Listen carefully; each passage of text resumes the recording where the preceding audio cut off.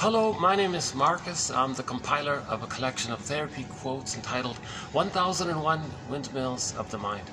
A collection of quotes taken from what's often called the psychodynamic or the psychoanalytic perspective, which long ago, as I understand it, was referred to by some as philosophical medicine or narrative medicine, helping one to be their own story doctor, helping one to be their own existential psychological detective, to use narrative truth, narrative medicine to heal themselves. When we make something about ourselves that's been unknown to us and make it conscious, that transition, the image is Hermes flies across with the message from the unconscious self to the conscious self, or a bird flies across with a message in its beak handing it to us. Okay. So that message is the recognition about ourselves. If we can recognize more of ourselves, we have more of ourselves. We make more sense. We have more sense of self. We're more integrated. We're more whole. Again, healing, wholeness are linked like that. So theory is the child, if he experiences what's called attachment trauma. I want to emphasize that phrase there, underappreciated phrase. Usually people say arrested development, developmental arrest, stunted development. Sometimes people say interpersonal trauma or relational trauma. Another one is attachment trauma. The baby must have an attachment, but if that attachment causes him trauma, he's bonded to a mother that hurt him as an attachment trauma, and his wiring, his memories around that freeze up, and it leads to a lot of his life force stuck in those memories, in those templates, schemas, false beliefs he creates, or needed temporary false delusional beliefs he creates.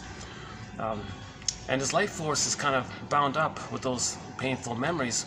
Simple, basic, classical conditioning. For his identity, he has needs. Needs unmet, feelings. Mother miss a tune, mother disregards the feelings, okay, it's squelched. Okay, the child has a simple equation in his mind. Gee, to have my identity and my needs, my feelings leads to so much pain. I don't want that pain. So he doesn't want to know what he needs anymore. And that means he's disconnected from himself. The feelings can't animate. He feels numb. Emily Dickinson, there's a pain so utter. It swallows substance up, and then one goes in a swoon. Because that is pain. That is psychic pain, psychological pain, emotional pain. Some authors use mental pain. I find that confusing. Let's just stick with psychic pain or emotional pain. Then he goes in a swoon. That's the mercy. That's the endorphins. So he feels numb, kind of thing. And then he can feel like that for the rest of his life, unless he can look in this area and make that transition of making something that's unconscious to conscious. Yeah, I got a late start here today. Let me show you my view. Yeah. Not a bad little view. Unfortunately, as usual, there's no AC here. You don't see this here, but I'm baking in a sauna. It's Sunday afternoon. No, Monday afternoon. See, I need to do an air conditioning run already. I can only last like 5 minutes up here. Jesus. It's really a sauna up here. It's steaming up here. Yeah, it's a pity, right? When there's no functions, they turn off the AC. So I've only got like 5 minutes here. So sorry if you see me perspiring and all this. I'll go down. In a few minutes, I'll do an air conditioning run, cool off, and come back up here. Problem is, it gets dark here, so I might not be able to come up here.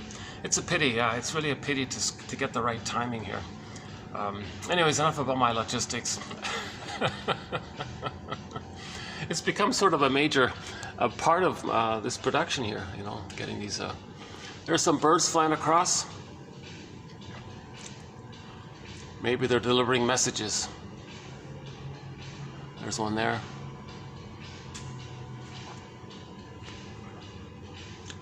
Yeah, okay, let's cool off a bit here somewhere. See, they haven't even cleaned up yet. They just finished the party here.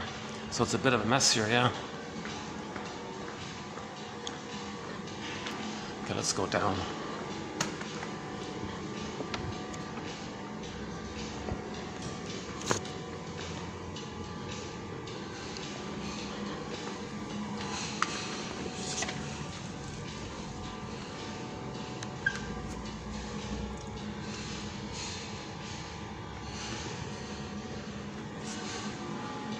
No? Oh, here we go.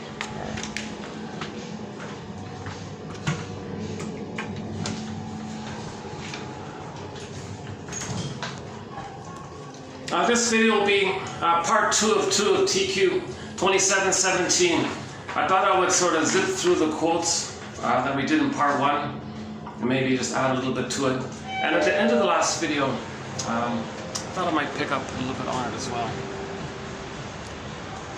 Okay, at least we got some AC here.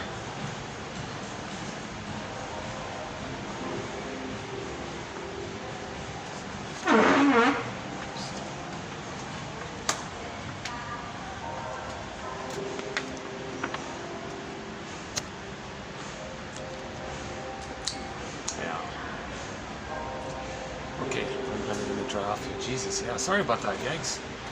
Because it gets dark, it takes me a while to get here, and it gets dark. I have this brief little window, and but I found a new venue. In the last 3 videos, we're done in a nice little boutique hotel. It was kind of nice there, so I'll return to that spot. I don't want to overuse it, I want to sort of spread it out a little bit. Attachment trauma. Attachment trauma. Baby must attach to his mother. Obviously, we mean securely, safely, normally, good enoughly, right? Where he feels that he's able to enter in what's called a positive maternal holding environment with the mother.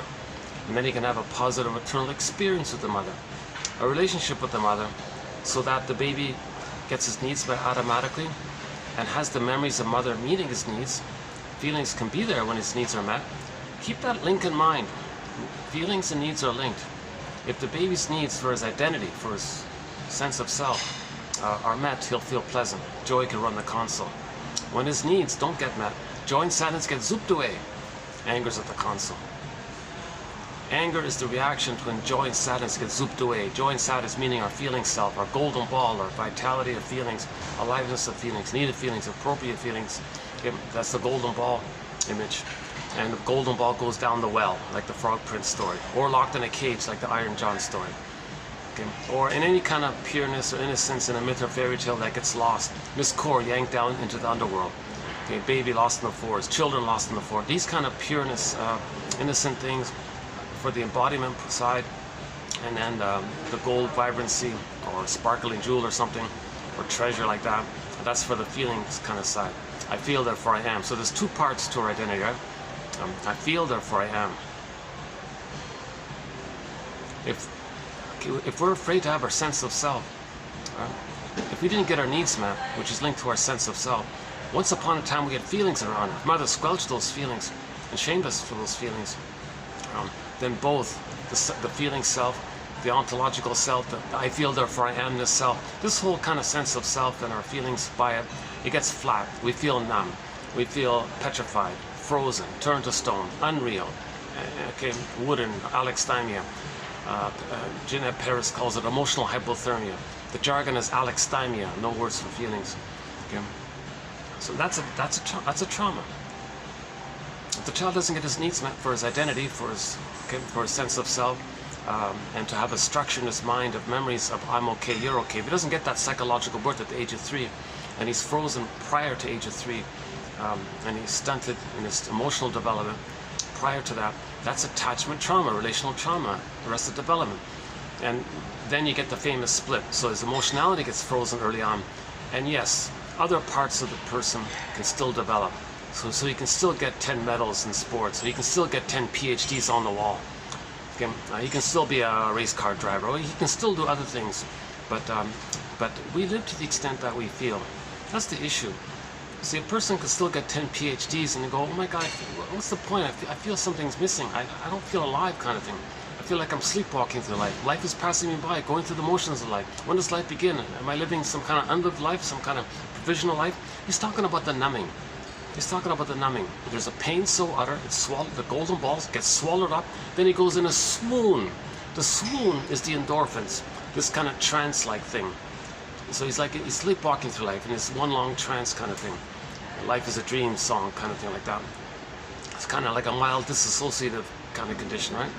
He's not totally disassociated, but he's in a sort of midway like that. He can function, but he's just sleepwalking through life. So that's the issue. Now, shall I compare thee to an onion? underneath the swoon, underneath the endorphins, because somebody once said, I don't know what you're talking about. I feel nothing. Elvin Semrad replied, well, first of all, you're never not feeling anything. And if you think you're feeling nothing, that's when you're hurting the most.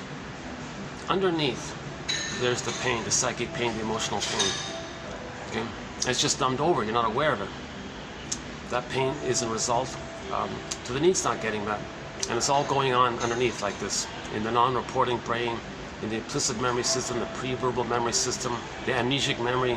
Okay, so it's a part of the brain called the non-reporting brain. It means it's recorded in our brain, but we're not conscious of it. It's repressed. Okay. So there's, when people say know thyself, know the conscious self, know the unconscious self. The unconscious self is sometimes called the repressed self, the denied self. Okay, it's all of us that we lost, our potential, our development, who we'd be had we been loved. You know, the capacities of the real self. Having an ego to know our interests, that gets submerged. Okay, and you know, the ego that doesn't develop, that's the scarecrow character in The Wizard of Oz. In normal development, the child develops a conscious ego that recognizes his uniqueness. Again, the great spirit out there makes everything a little bit unique. For humans, though, the uniqueness is expressed by a person's conscious awareness of it, through which it gets expressed. That conscious awareness is the ego, but in trauma, that ego gets submerged, frailed up like the scarecrow, and he's frazzled up like that. And likewise in The Wizard of Oz, because of trauma, the child loses his feelings. There's the Tin Man. The two being like that, the person feels disembodied. There's the cowardly lion. And then Dorothy's like the part of the psyche that's trying to line things up, kind of thing. But first things first, we gotta strengthen that scarecrow guy. Okay, so the image there's, we can transfer it over to the children's story, where the big bad wolf could huff and puff and blow away the houses made out of straw and sticks, right? But not the one made out of bricks. The house made out of bricks was a firm ego.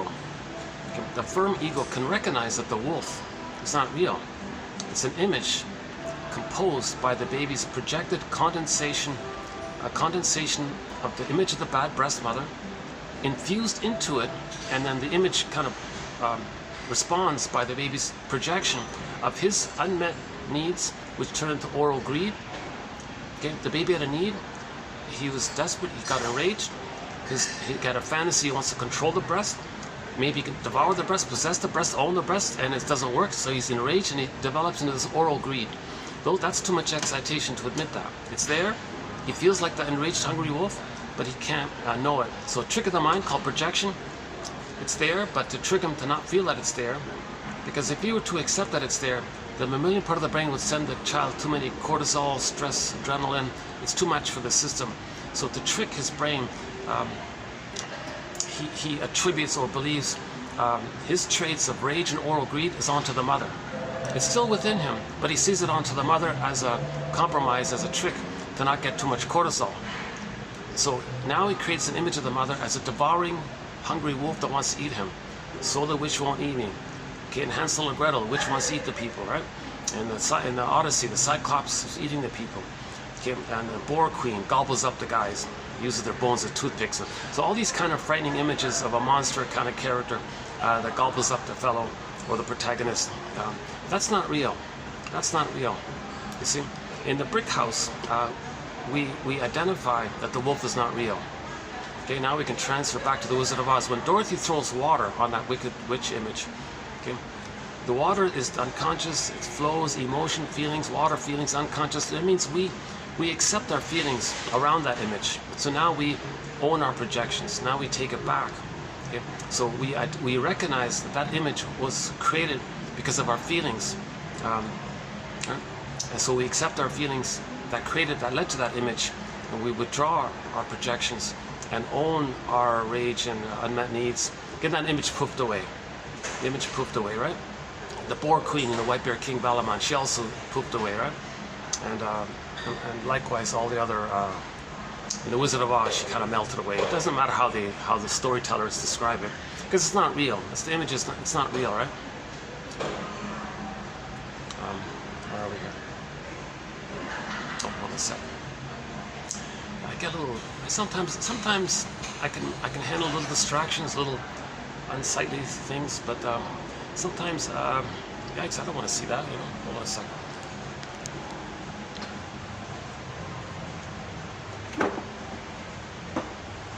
I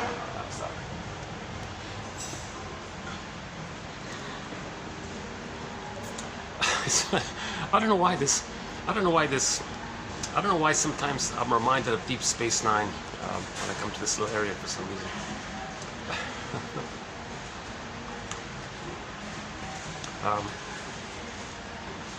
Okay, so hang on. Let's back up with the basic point here. The baby's in the uterus. He's given his feelings. He's embodied. He's animated. So he's enjoying the present. He's enjoying the present. Assuming he wasn't shock traumatized in the womb at some prior point that froze him up, and then he's just going through the motions, dwelling in the past.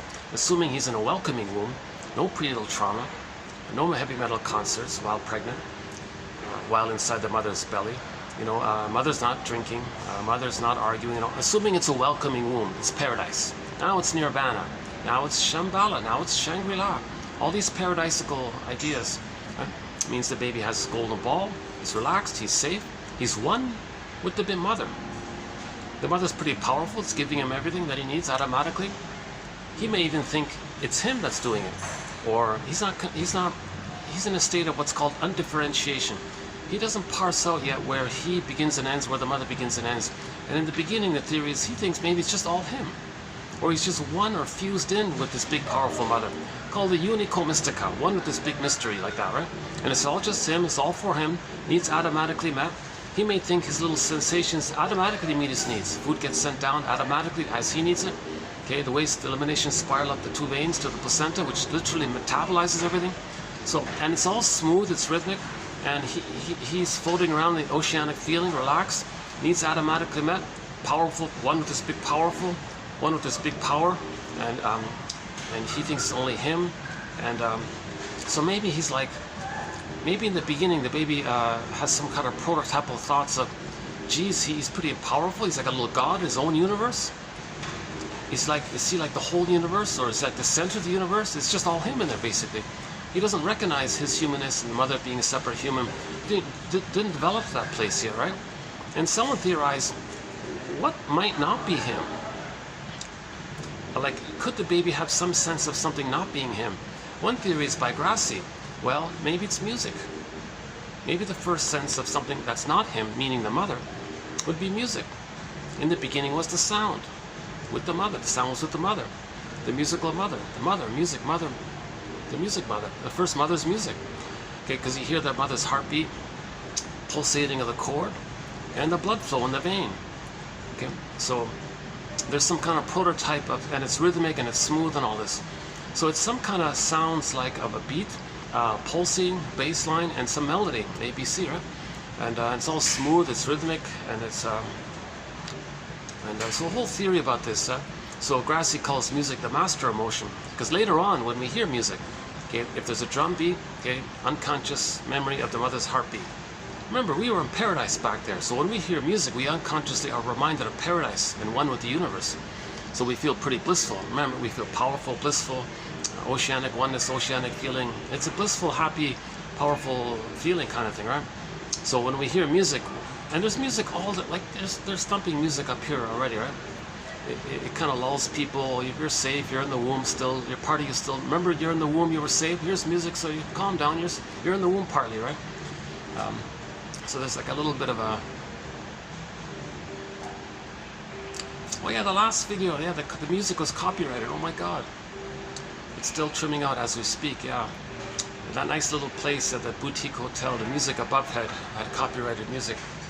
Some kind of computer generated nonsense. I can't believe it's copyrighted, right? It was some nonsensical lyrics, I looked it up. The guy, it was a song about a guy with having a hangover. And just some obnoxious song about being drunk, he got a hangover, and it's I don't know, some people had some positive comments about it. Oh my god.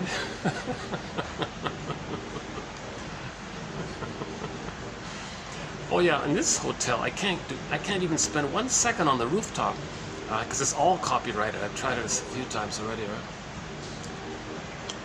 So far, this is the only overhead music that's not copyrighted, what you're hearing in the background here. Okay, enough about logistics. Still cooling off here, yeah.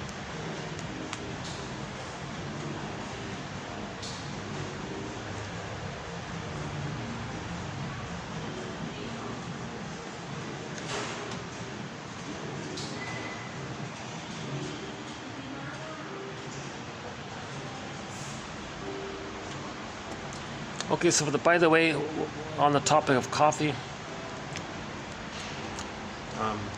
the link is below. It's incredible. A printed copy of 1001 Windmills of the Mind is a couple of $100 printed, or just get the digitized, €4. Can you believe it? 2,000 pages, single spaced, 10,000 advanced self-help quotes teaching anybody psychoanalysis. Because again, I'm not a shrink or a professor, so these quotes are understandable pretty much to me for the most part. So anybody's going to understand them. I only have a BA, and there's no, as mentioned before, there's no Freud, no Jung, no Lacan. Although they're big names in all this, Freud because of the translation problem, Jung and Lacan because of the convoluted jargon. I don't find it helpful at all. And but they've inspired a lot of people to pick up on psychoanalysis, the Know Thyself movement. Again, this Know Thyself, it's not just from current jargon, it's from literature, right? Like interpretive literature, not escapist literature. So there's a difference between what's called escapist literature, just get you out, just get you to another place, like amuse you to distract you. Nothing to learn, no self-reflection, no self-knowledge, no interpretation, just a little escapist fantasy. It's very formulaic, it's pretty simple kind of thing, and it's kind of, you know, they vary with little novelties, but it's the same sort of idea. That's called escapist literature. So there's a lot of that, a lot of shows, there's a lot of material in that area, right? Drugstore novels and all, whatever. But there's also a genre called interpretive literature. This interpretive literature helps people to reflect and point things out about themselves, and there's like a knowledge there. That's the psychoanalytic tradition, to know ourselves, right? So Ibsen talking about Peer Gynt, right? Goethe talking the Faust story. And these kinds of stories are metaphors for dialoguing with ourselves. Okay, the Student of Prague story, Otto Rank's essay is very good for this, right? And so on. And of ancient philosophers, one of my favorites is from Confucius. He said, over almost 3,000 years ago, he said to his students once, "Dear students, when I'm at a party of 3, I always have 2 teachers. To the one I admire, I study from him. To the one in whom I see traits that I don't like, I search for those very same traits in myself." So Confucius was teaching about projection. You know, remember the cookies, fortune cookies?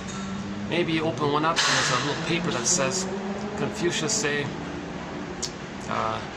what you say you know like about other, you just discovered that it belongs to you. Let's try again. Confucius says, the thing you don't like about others, you just learned you just learned more about yourself. Let's try again. Confucius says, the things you don't like about others is you finding out what you don't like about yourself, or what you're having a hard time admitting about yourself. How's that? The things you don't like about others, the things you say they don't like about others, you just found out you're having a hard time admit that it belongs to you. Well, it needs a little work. Yeah, it needs a lot of work, that one there, to simplify it. So again, about as mentioned upstairs, projection. So that baby couldn't know that he had oral greed and rage, too much excitation, because his amygdala would send him too many stress hormones. Come on, baby, flee, get out of here. Too much. Baby can't flee. He's getting all these stress hormones. You got to trick his brain. There might be like an imaginary. I've done it a few times in the past. It's been a while. Let's try it again quickly here. Imagine a dialogue between the amygdala and the child while he's breastfeeding, and the mother's doing it wrong. Okay. Not meeting the baby's needs, misattuned, malattuned, mother's the sync isn't there, and the baby's frustrated, maybe he's being impinged upon, overwhelmed, rejected. like there's a whole, it's all messed up. Maybe the bottle's being used. There's no nerve lines and then rubber nipple to the plastic bottle. There's no, it's a block there. Like it's frustrating. So the amygdala, the mammalian part of the brain, would say to the child, "Hey, child, here, I'm going to send you some stress hormones here." Why? Well, clearly this is a dangerous situation here. You're not getting your needs met. You better get out of here. Okay, so the stress response is first is flight. He wants to flee. Get out of here. So the dialogue would be, "Baby, get out of here. Flee. Go. Take off. Find another mother. Escape. Run away. Pick up the phone. Ask for help. Get out of here. This mother's dangerous. She's wacko. Get out of here. You're in danger here with her." The the amygdala has very judgmental, simplistic attitudes. Right? The child's mind might say, "Well, hold the phone here. I know you mean well, and yes, it is dangerous. I am scared of her, but I gotta go to her. I have no choice. I don't have motor skills. I can't walk. I can't crawl. And you're sending me these stress hormones to flee. So stop it. I can't do it. I'm stuck here. I have no choice here. I'm in a huge double bind. I'm in pain with her, but I can't leave. And if I leave, I have no mother. I'm not going to make it. If I'm with her, she's hurting me. I'm being abused. I can't." But so you're right. It is scary like this. But if you send me these stress hormones, you're flooding me too much. I can't flee. Yeah.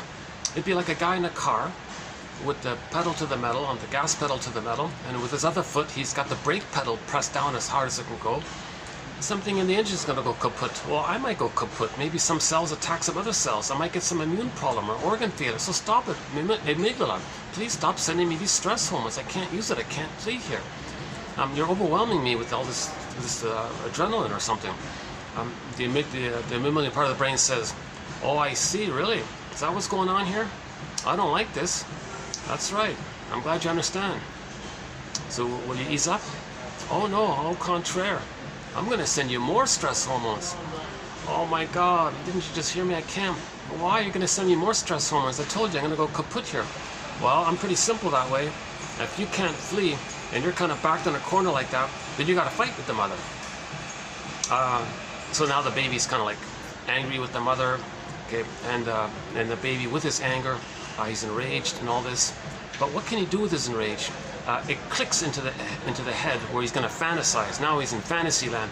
Okay, I got to control this breast, devour this breast, possess this breast, make this breast be a stable, loving, secure breast. So now he's got these fantasies of oral greed. He's enraged oral greed. But that's as far as I can go. Now, if it keeps going on like this, the problem returns to him. He's going to go kaput inside. So he says to the mammalian part of the brain, "Hey, mammalian part of the brain, enough already here. I took that extra stress hormones and I developed rageful fantasies and all this. I can't go any further like this. I'm already like numbing out here and all this. And I can't like disassociate any further. Like you gotta stop it here." The mammalian part of the brain says, "Well, what do you want me to do here?" Baby says, "Well, let me trick you." "What do you mean you're going to trick me?" "Well, you're doing all this because of unmet needs and feelings and all this." "Well, that's right. What if I were to trick you that I have no needs and I have no feelings?" "What do you mean?" "Well, what if I were to just say that my needs and feelings belong to the mother and direct the attention on the mother and say that the mother's a hungry wolf? Not me, the mother." The million brought up a little bit tricked, right? "Oh, I see. Okay, well, if you have no feelings and needs and you have no self, really, geez, I see. So all of this unmet needs and feelings belongs to the mother?" "That's right, belongs to the mother." "Okay." So it's diverted. So now the amygdala kind of calms down a bit. It's a trick. It comes at a huge expense to the child, because he's not going to ever know his needs and feelings anymore, because he'll always attribute it outward like that. So he ends up with the image of the mother as a monster that wants to eat him. Okay, so that's part A. The mammalian part of the brain says, "Okay, well, I'm still kind of confused here. What do you mean? What's wrong now?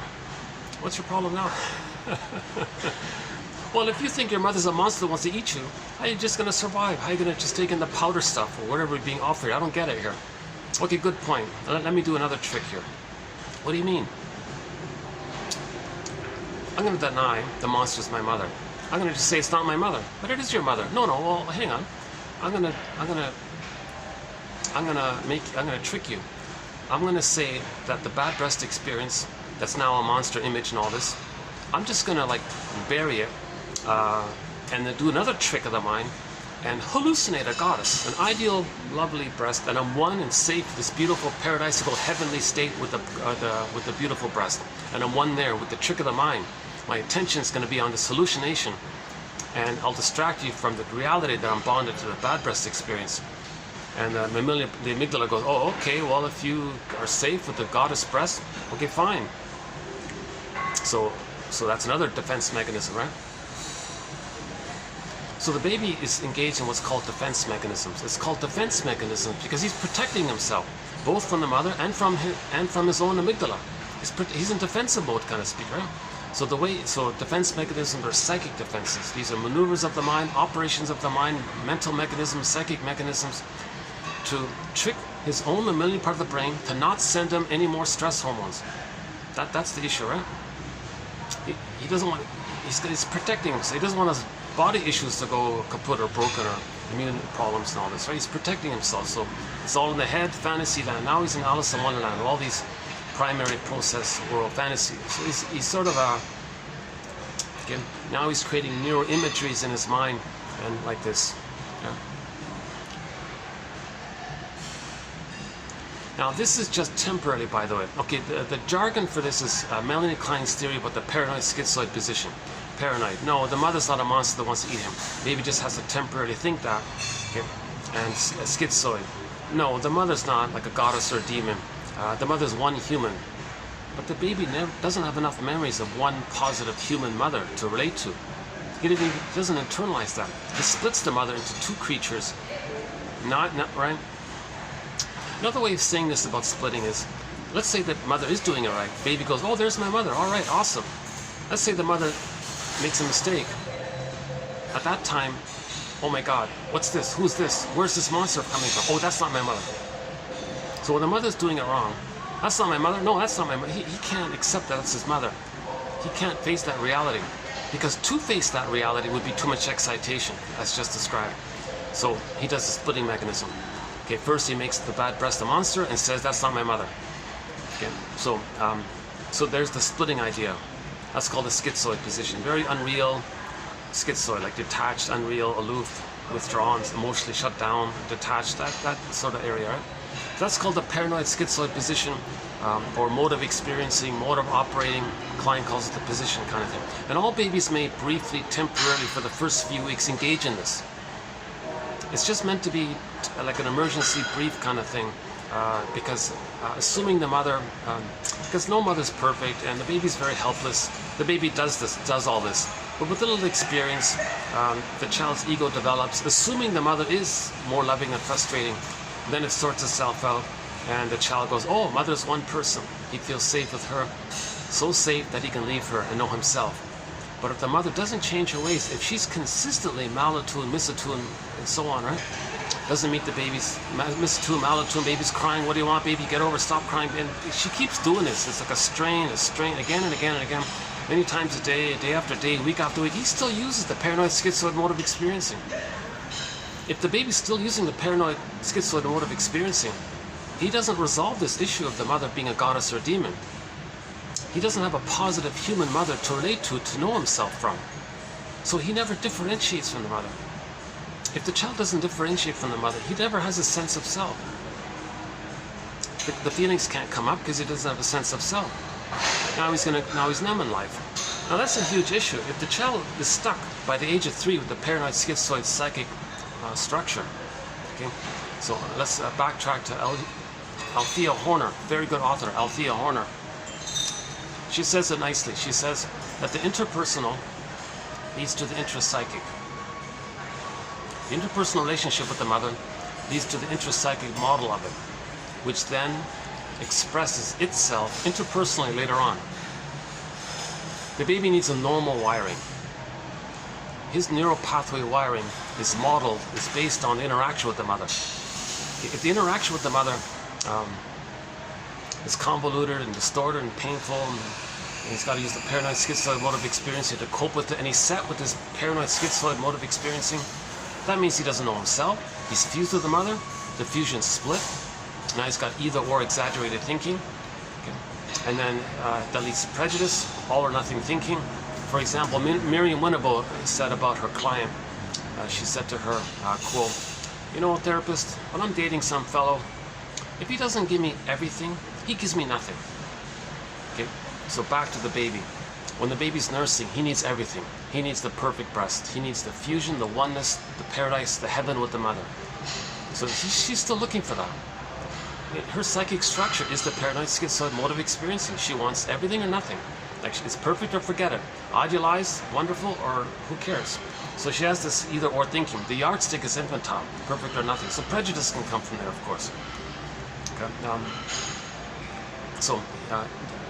The baby's brain is malleable, highly malleable. He's laying down the neural pathways based on interaction with the mother. Now, in normal development, okay, the baby gets his needs met during the 3 blocks of time mentioned in the last video. So just in an overly simplified way, for the psychological birth, between birth and 3, the child goes through sort of 3 blocks of time. He has sort of different needs for these 3 blocks of time for his psychological birth. Once again, that's one thing I don't like about this place. They got flashing jumbo TV screens everywhere, and it reflects off everything. Let's see.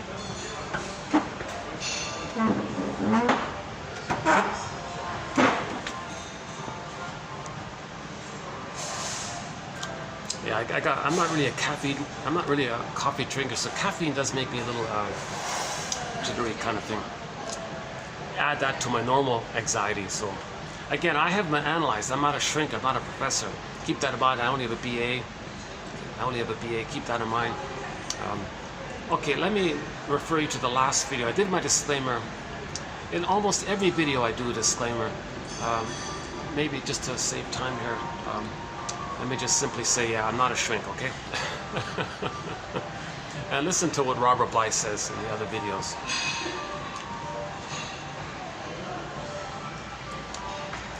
The interpersonal leads to the intrapsychic. Whatever that intrapsychic ends up, healthy or dysfunctional, whatever it is there, it's a template, it's a schema, it's a working model, it's a lens, it's an organization. They call it internal working model, intrapsychic society or something. It's just some kind of bundles of memories around certain themes about self in relation to the other. And is fusion still going on? Was there differentiation? Did the child have to imitate the mother to save her? Like, what's going on in there, right?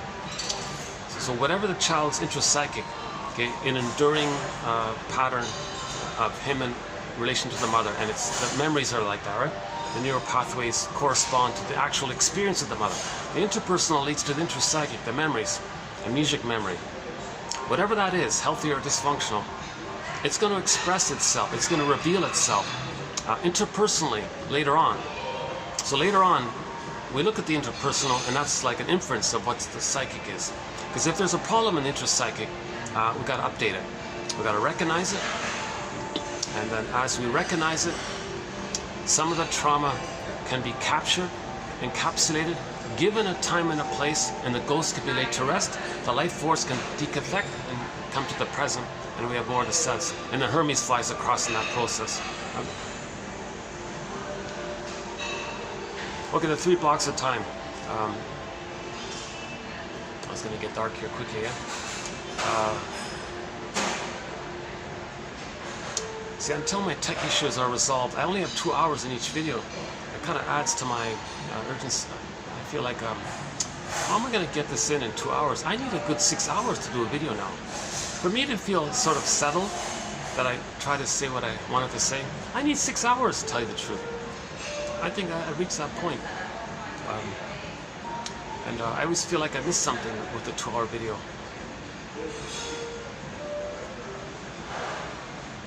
And it takes me 2 hours just to kind of calm down. And then I get going in the 3rd or 4th hour.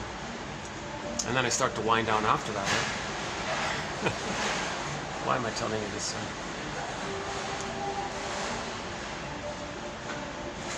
I've got, there's so much to share. It's sometimes I have to select, what to share.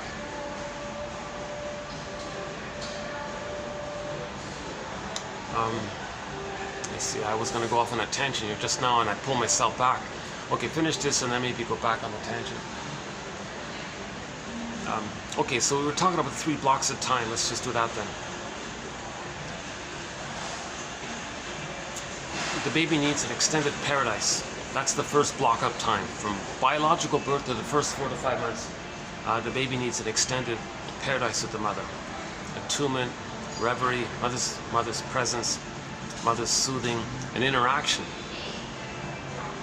Mother's got to be attuned to pick up the signals and respond automatically.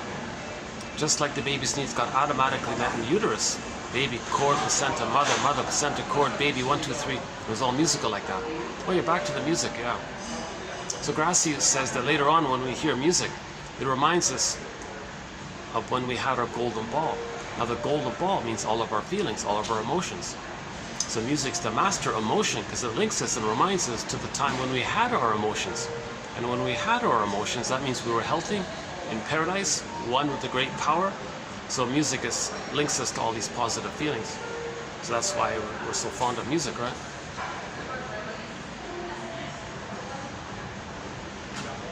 And we have an amazing soundtrack, I have to say. Yeah, I love our soundtrack. I'm very excited about our soundtrack. Yeah. When I finally find a room, I'll bring back the good speaker and play some great songs.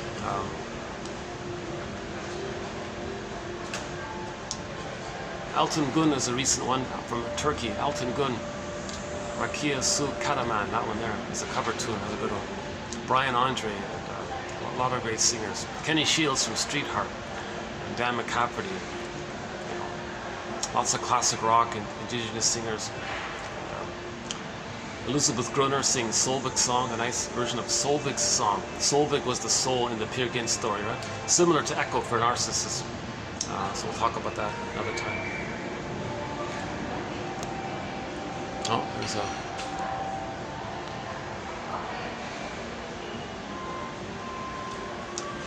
Yeah, yeah, we'll talk about advertising another time.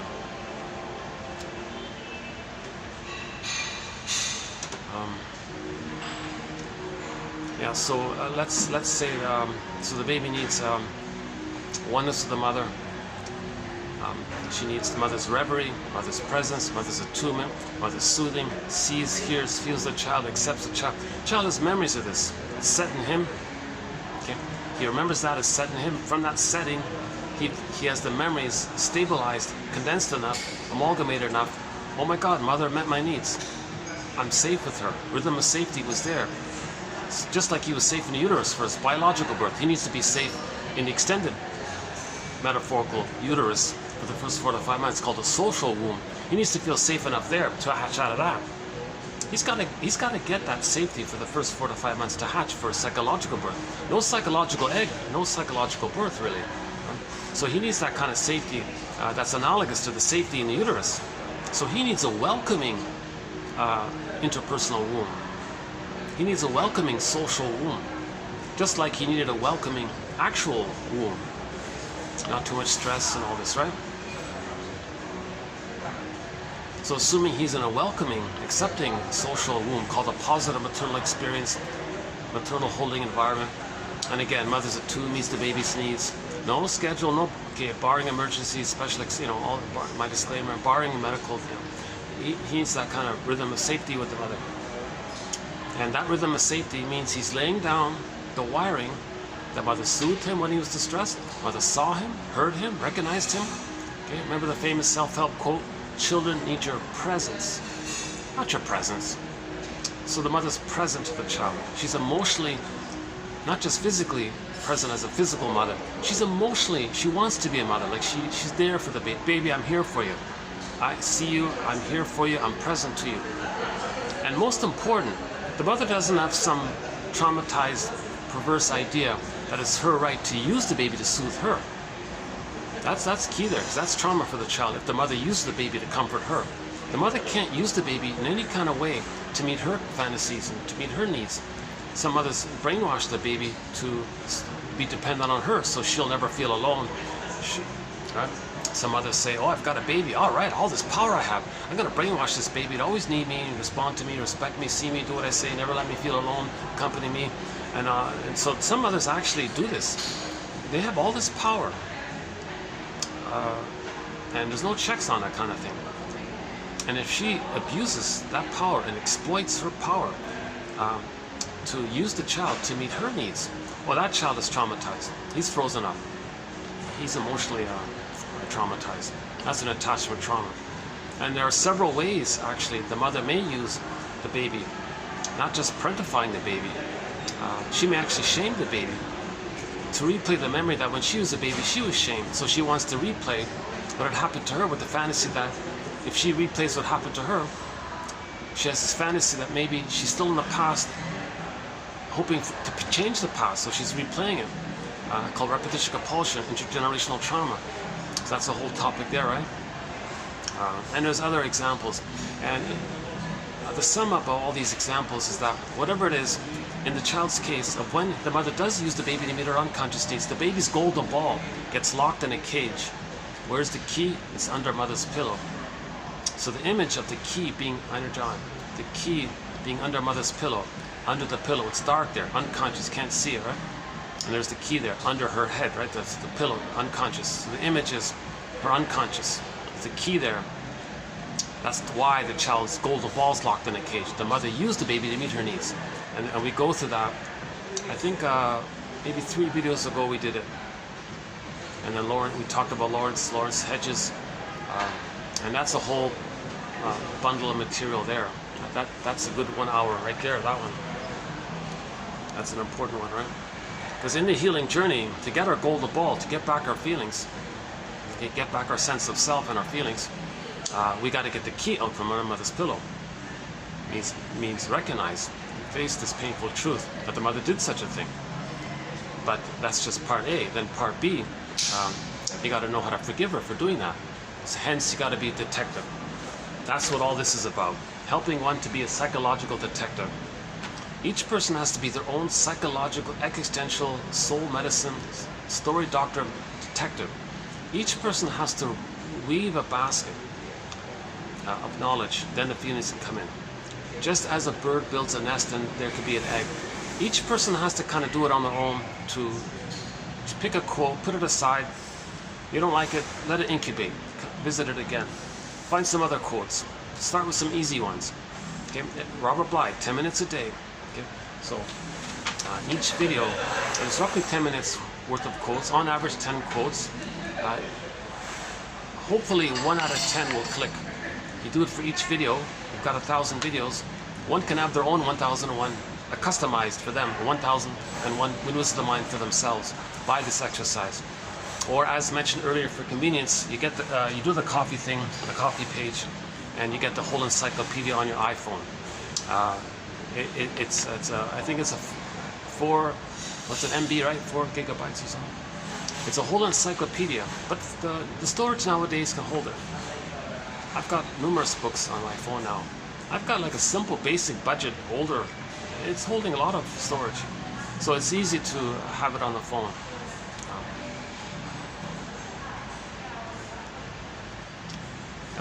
Yeah, you can get a free reader. Actually, I think it comes with the reader. It's built in. Yeah, there's different ways to read it. There's several options there. There won't be a problem with accessing it. The one exception is I noticed you won't read it in your. If you open it up within the email, some email servers won't load the whole thing. That's the one exception. You got to read it like through one of the, like the Google Reader or the one of these other free e-readers or EPUB readers or something like that, PDF readers. So you download the file and then open it up with one of those readers, you're fine, right? Or you can read it through the built-in Google Reader that it comes with. Yeah. A few people have ordered it, so it's available. A great resource. I think everybody over 40 can benefit from having this encyclopedia of self-help quotes. Nothing like it out there anywhere. These are the best advanced self-help quotes from the psychoanalytic perspective. You know, we do all the defense mechanisms, okay, personality patterns. We got a fun thread on TV show and film quotes, psychologically minded TV show and film quotes. that alone is worth it. Jesus, go to TQ 2599. It's a good place to start. 2599 from the classic show Route 66. Some excellent quotes there. The interpretations of myths and fairy tales is another great reason. Our thread on the psychoanalysis of prejudice might sound uncomfortable to read, but it's very educational. The one on religion, oh my God, it's jam-packed with psychology. That's a condensed protein bar. That's jam-packed with psychology. The one on religion. Again, a footnote here, whenever we talk about the psychoanalysis of religion, we're always talking about when religion is being used as a tool of the pillage and the plunder, the sociological factor that fits into why prejudice exists. So when we talk about prejudice, it's not just internal dynamics. It also talks about the loop around to the sociological. Because maybe it was sort of a sociological event from 10,000 years ago that traumatized it. Our reactivity of our discoveries, a sociological event, and it loops around. Interpersonal, intrapsychic, interpersonal, intrapsychic. Okay, as above, so below, inside out. So we kind of look at this circle like that, this cycle right there. Okay. So that's the one exception to when we talk about sociological factors. It's the sub-thread to our main thread on the psychoanalysis of prejudice. There's a sub-thread called the sociological factors that feed into prejudice. And on that sub-thread, we do the plunder system, religion, propaganda, PR, education, all these other things. It's not a major focus here. It represents like not even 1%, I would think. Maybe less than 1%. The main focus is to learn this language. To learn this language. Okay. It's a language that helps create bridges between the repressed self and the unconscious self. When we get that bridge, okay, a bird flies across. We accept more of ourselves. We feel more connected to ourselves. We feel better. We enjoy life in the present more. Too much of us is in the past. We're dwelling in the past. And what are we doing? We're trying to change we spend our lives trying to change the past. We recreate the past in the present thinking we can change the past. We're not making sense. It's disembodied discourse.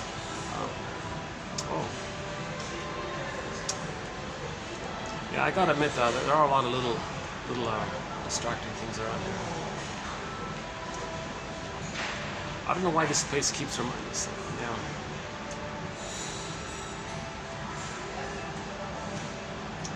Yeah, I'm in a very busy tourist season, a tourist city. It's actually pretty hot here. It's actually, you know, just now it just started. It just a little bit cooled off a little bit. So I think now it might be the first day where it's under 40. Like with the heat index, it's now under 40. So with the heat index, it's in the high 30s around here. But for the remaining, I don't know, 10 months or something like that, it's over 40 with the heat index. It's pretty,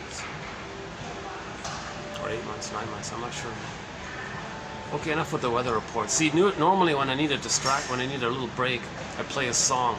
I notice what I'm doing in lieu of that. I'm just talking about the weather or anything like that. Maybe, let's see if I can, before it gets too dark upstairs, let's see if I can do a few minutes upstairs and then come back here. Yeah.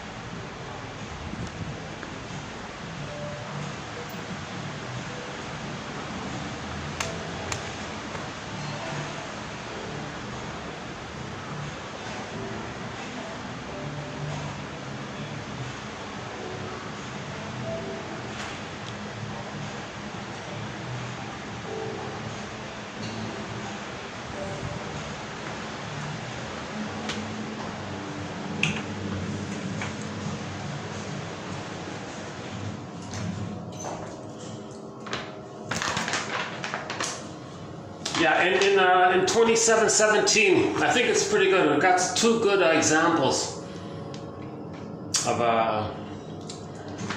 one is about Albert. Oh yeah, it's all dark up here. Oh hi. No aircon today. Yeah, that's right. It's hot. It's a sauna up here. Yeah, yeah. I wonder if there's if I can find a light switch around here. Well, that's a good sign. She didn't just immediately kick me out, right? Is there a light switch around here?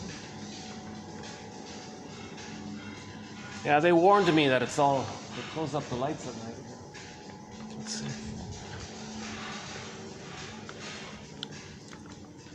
Wow. I don't think they would like it if I turn on the lights. Let's see, what's in here? Anybody in here? Oh, they had a real party in here. Oh, look at this, eh?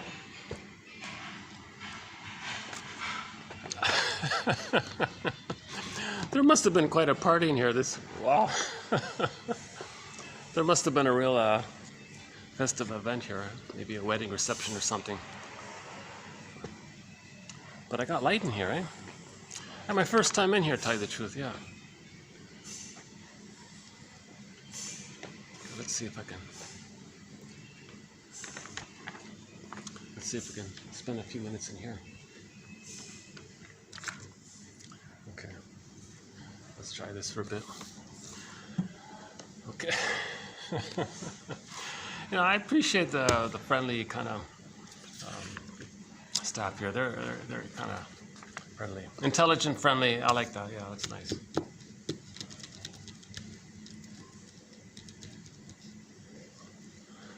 Yeah, so we'll be doing these quotes here. Yeah, we got one on Albert and one on Alice. I'm gonna call her Alice.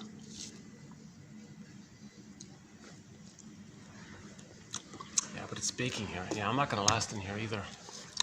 All right, never mind. All right. So much for that. You know, one other option. Let's see. Hold on a second.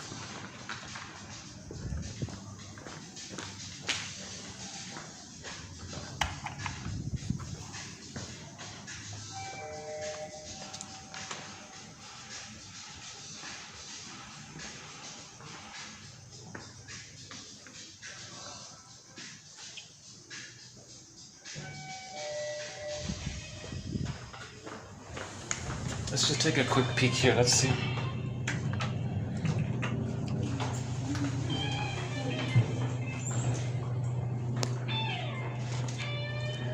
See, in lieu of songs, I'm doing this in lieu of playing this song to give me a little breather between speeches.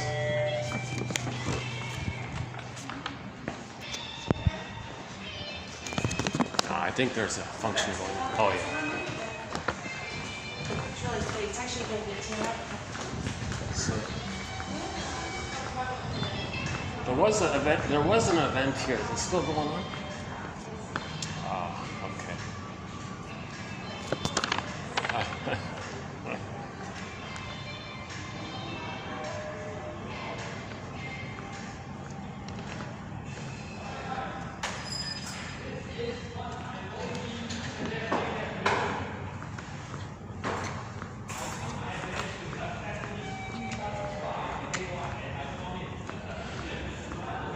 Okay, no, it's still going on. Okay. Let's get that.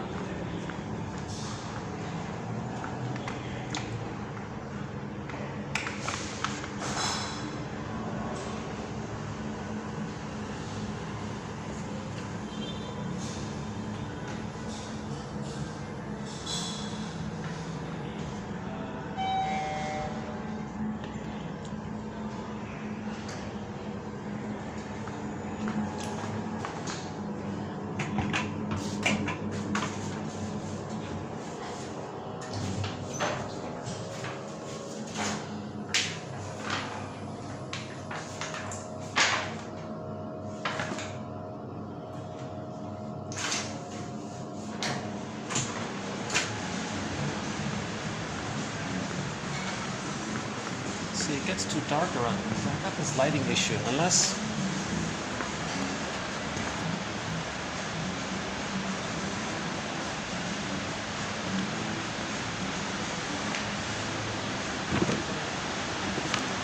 what about this little spot here? Hold on.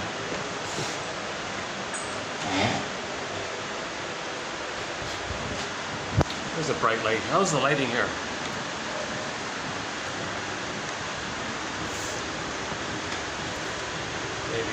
Okay.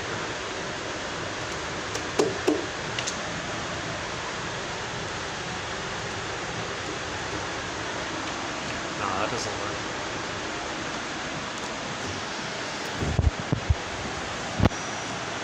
Well,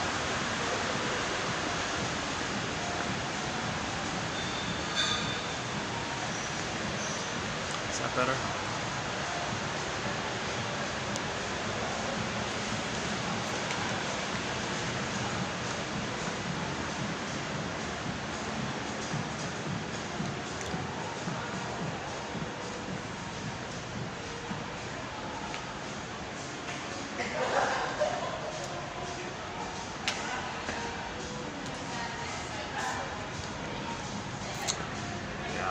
See, if I do it, I gotta listen to all the activity below me.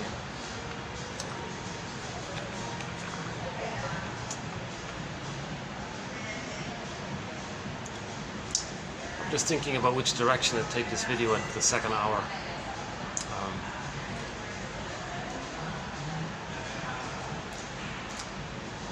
I've got this inner conflict in my mind right now. I had a plan of something I was going to talk about as a continuation of what was said at the end of the last video. I wanted to pick up on it, and I thought I'll save it, do a review of this, and then go back to it. But it's still on my mind, right? Because I want to experiment with a totally new idea around understanding. We have a thing called the symptoms of homo traumicus, and we have 46 symptoms now, and I want to see if I can add one new one.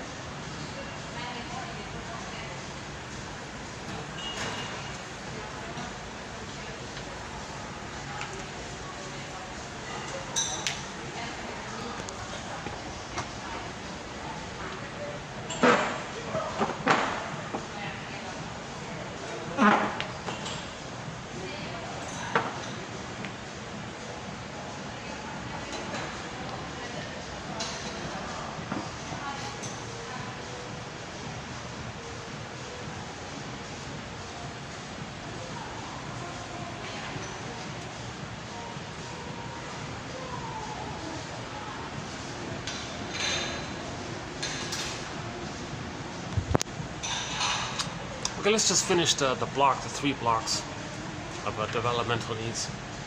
So the baby's developmental needs is first to have an extended paradise, psychological egg. If you feel safe during that time, then the paranoid schizoid mode of experiencing that he may briefly use, if he needs to use it, it gets resolved. The two sides of the mother, goddess and demon, they merge. They weren't real, they poof away and a new image comes in, the mother as a person. And the child can now accept the ambivalence that the mother's mainly loving, sometimes frustrating, and he recognizes and can handle this ambivalence because he got enough love and strength and his ego developed enough to hold, he got enough of an ego basket to hold the emotions around while they're doing it right, being off sometimes. And now a funny thing happens, a new thing happens. In the paranoid schizoid mode of experiencing, if there's splitting there, he doesn't see the connection between the two. So if he's angry at the mother, he doesn't think he's hurting the mother. If the frustrated baby in the paranoid mode, in the paranoid phase, if he's biting the nipple or something, he doesn't think he's hurting his mother. He doesn't get that yet. But in the depressive position, now things are more realistic. If he's angry at his mother, well, that's his mother, the one he loves. So that's the three-dimensionality, the humanness. It's complicated. Now the child enters into Melanie Klein's phrase called the depressive position. Nothing to do with depression. It just means maybe you feel badly if you hurt someone you love. You're a little depressed, a little complicated. Whereas in the paranoid schizoid mode, there's nothing like that. It's just either or, all or nothing.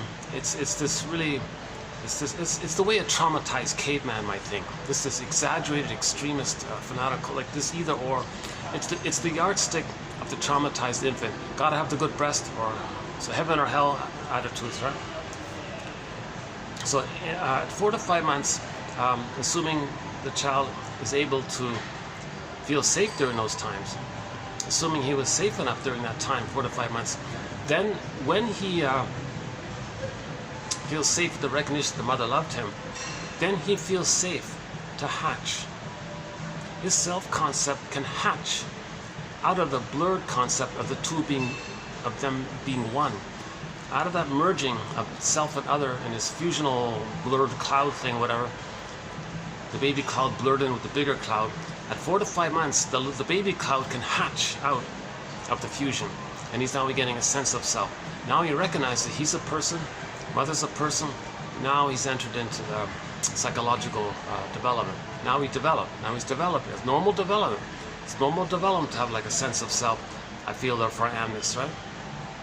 And so then, so now it's a gradual hatching, by the way. So he starts to hatch out. Now that starts at 4 to 5 months. Now he enters into the second block of time. Okay. The second block of time is from 4 to 5 months to 18 months. Now the key thing about this is that at 18 months, the baby's original infantile megalomania dissipates. Remember, in the uterus, baby thought he was a little god. It's called infantile megalomania, egocentricity, primary narcissism. Jeanette Paris calls it, he's on the throne. You know, it's His Majesty the baby. It took off to the famous phrase, His Majesty the baby. So he's on the throne. It's all about him. He's a little king, little god, and all. It's all about him. Everything serves him. Everything's for him. Hence that obnoxious song, Everybody Wants to Rule the World, that annoying song. No, nonsense. Not every baby's traumatized, shock traumatized prior to 18 months. If the baby's shock traumatized or developmentally traumatized or frozen prior to 18 months, they may be drawn to that song, like the fantasy of it. So, up until 18 months, the baby rules the world. He owns everything. He owns the mother, he owns the universe. When he's nursing, he owns the breast mother. It's all for him. Now, when he hatches out, that's still there. When on 4 to 5 months, his egocentricity is still there up until 18 months. And while that's taking place, the interesting thing is, now he's getting motor skills. Now he can walk, crawl, run, jump, hop, skip, dance, whatever. He can do all these things. At the same time, he's getting these new superpowers. These are like new powers, right? He didn't have that before. Suddenly he's got all these new powers while he thinks the world is his oyster. So that's the world is my oyster phase. He rules the world, he owns the world, right? So during 4 to 5 months to 18 months, he's meant to be allowed to have this childlike delusion, whatever. It'll naturally dissipate if he's not rebuffed before that time, if he's not frozen during that time. So let the junior toddler run around, hop, skip, just keep him safe. Don't let him hurt himself or something like that. Just gently distract him, that kind of. But don't don't shame him too much or hurt him too much for that phase. Because if he's frozen in that phase, you see, then his he'll spend the rest of his life searching for the egocentricity to get back to it, to resume development. If he's frozen there, you don't want him frozen before 18 months, obviously. Now, during the Superman phase, or the world is my oyster phase, and he's not rebuffed, he's got to see that the mother has a delight in his uniqueness. Not only is he a little Superman, he's a unique superhero. Okay? The Great Spirit made everybody unique. The mother's got to go, oh my God, the mystery. What a delightful mystery. So Ogmandino's poem, Nature's Greatest Miracle, the first part of it, or Virginia Satir's poem, I Am Me. All these poems about how and everything in nature is unique. So the mother's looking at the child and it's going, oh my God, you're like a you. I'm getting to know you. This is a real delight. This is wonderful. This is a beautiful mystery. This is a sparkling delight kind of thing. And the child goes, oh, my mother sees this about me. Is that who I am like this? I'm some kind of unique entity. And she's recognizing I'm unique. So I'm unique. So there's a kind of like so-called mirroring phase. The child gets to know himself through the mirror of his mother's reaction of him, or something like that. I'm not too filled in on the details of this so-called mirroring phase, but in general, the way the mother treats the baby, he treats himself. So if the mother sees the child as unique, he'll see himself as a unique person. There's his self-esteem because he has a self, because the mother saw him as having a self, so that she can see him as having a self. So if he gets those basic needs met, that he's allowed to let his egocentricity run its course, and at the same time he's developing the recognition that he has a self separate from the mother. So he's separating from the mother, simultaneously getting to know himself. So he's in the middle of the separation individuation phase. Separation, so 2 words to that phrase. He's separating from the mother, and at the same time he's getting to know himself. That's individuating, getting to know how he's a unique individual, moving towards psychological birth. So from 4 to 5 months to 18 months, as long as he's not rebuffed or punished for that time, then at 18 months, that egocentricity where he thought he's a little god kind of dissipates. Why? Because he felt safe enough to allow his conscious ego to firm up, to develop. The conscious ego includes a thing called reality testing. The reality is he's not a little god in the universe. The reality is he doesn't own the world. The world's not his voice. It's nonsense. Right? So he's got that reality testing capacity that's built in with the conscious ego that develops naturally when it feels safe to develop. See, in trauma, the ego doesn't develop. It's frazzled up like a scarecrow. Normal development, the ego develops. So when the child's ego, conscious ego, develops, that's part of it is the reality of things. So at 18 months he goes, oh my God, I get it now. I'm not like some little god and this whole thing's all mine.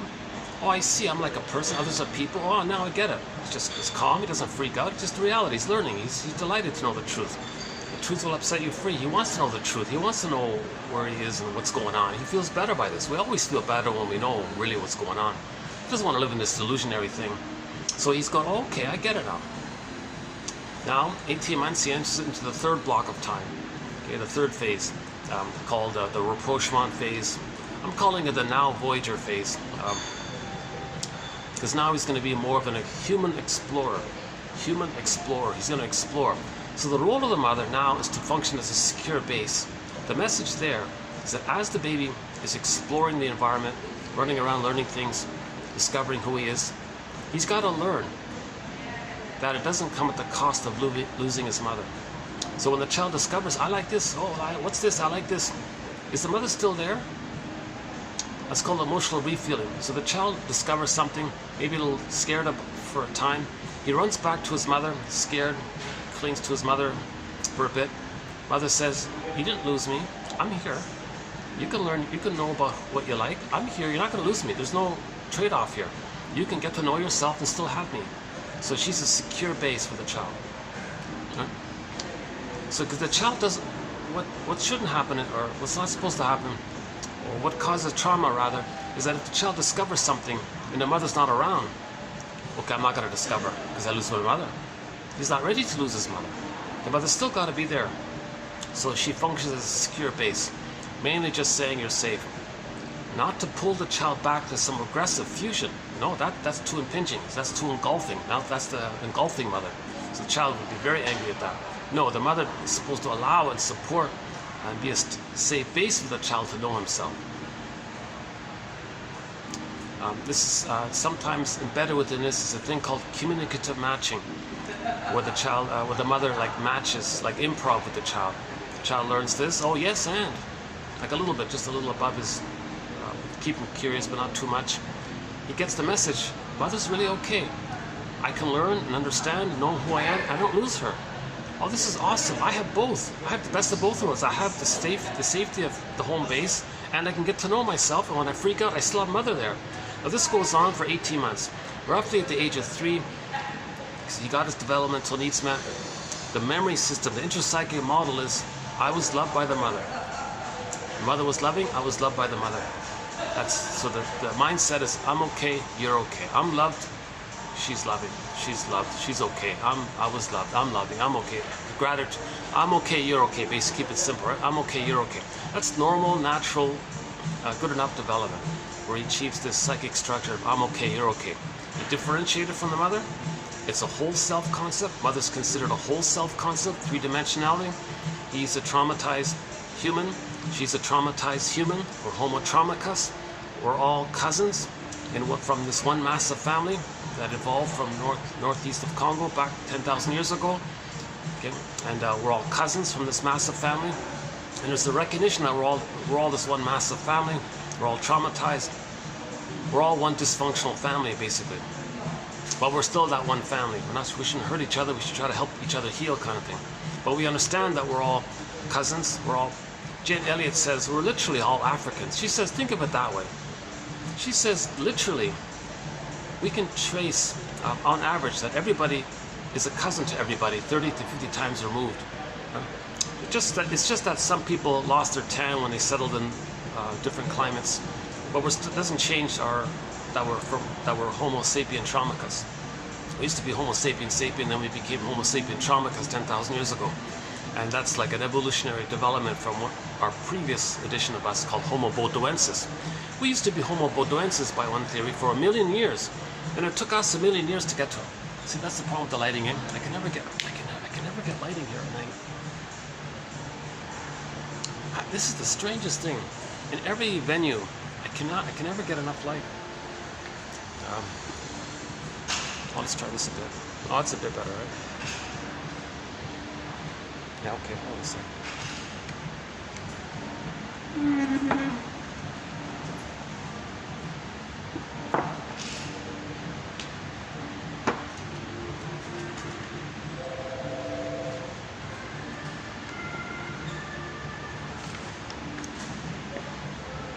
Is that better? Oh, okay. A little better. How's that? It doesn't. It's a little. It doesn't look too good, right? I'm still a little sweaty and light and dark. It doesn't look. Not a vanity project. I'm willing to be a little embarrassed by my appearance. It's the quotes. The focus has got to get these quotes out. Make 1001 Windmills of the Mind available. I think everybody over 40 can benefit from this.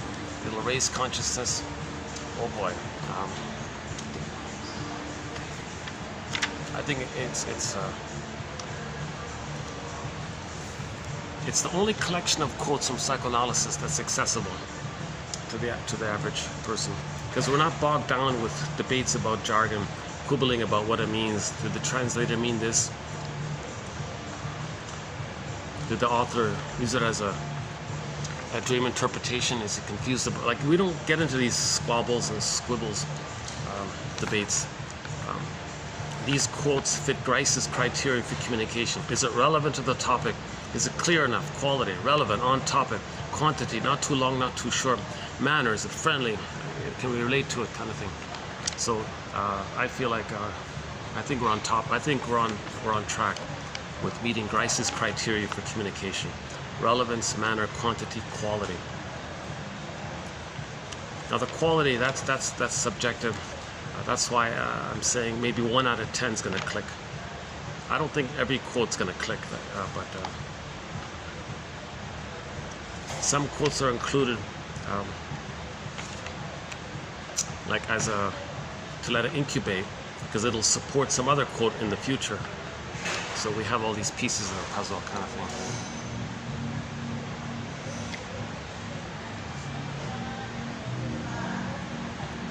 So in normal development, if the child goes through those developmental phases, to I'm okay, you're okay, that ego we were talking about before, that ego at the age of 3 or 4 or 5, whatever it is, it's strong enough for himself to recognize his uniqueness, developed by the mother seeing that the child is unique. Now he's going to have access to the real self part of himself. He'll know his interests, what he likes, is how he's unique. And that consciousness of his uniqueness, which he expresses through, that's loving life. He's got his golden ball, he's got his feelings, he's expressing his true self, and the joy is there, and that's meaningful, that's pleasure, he's loving life. Okay, and he has a wide range of feelings, needed feelings, appropriate feelings. Okay, so his temperament, the normal temperament of I'm okay, you're okay, is, well, I'm okay, you're okay. We're all one family. There's a natural calm feeling about that, and a curiosity, how are we going to heal, and the recognition that we're all one family, but we're wounded. Let's try to understand this. Let's heal each other. Let's heal each other. That's nature's innate quest for us. We're meant to heal. The Great Spirit wants us to heal when we're wounded. So we need the ego for that. If the ego is damaged in trauma, we'll first repair the ego to get to this. So with the conscious ego of knowing our uniqueness, and then we express our uniqueness through the conscious ego of our uniqueness, there's loving life. There's the pleasure of expressing your uniqueness. It's not at somebody's expense. It's just you're being yourself authentically. It's not it's not dysfunctional. It's not vindictive. It's not based on trauma in the past. It's not based on anger at the mother. It's nothing like that. You got enough love to be yourself. Temperament is warm, calm, affectionate. Empathy's there. Gratitude is there. Gratitude is huge at that point. Generativity is there. There's like a warm, affectionate quality. The temperament's kind of calm and easygoing kind of thing, right? And there's a generative quality. In relationships, if there's a misunderstanding, make I statements. Make I statements. There's no petty vindictiveness of who's going to be right, who's going to be wrong. We're all right. Like, we're just confused. Well, let's talk about it. There's a natural process. So they can make I statements. In relationships, that leads to intimacy more. You're closer, you feel safer, now you share your creativity together. There's a synergy in your creativity. So there's real delight in this area. These people become elders late in life, not bitter curmudgeons, still battling with the mother in the nursery. No, in normal development, adult development, the person becomes an elder late in life, and it's generative for everyone. Not for in either or categories, for everyone kind of thing, right? Because we're all one family, once again. We're all from that one hominid, from Homo bodoensis.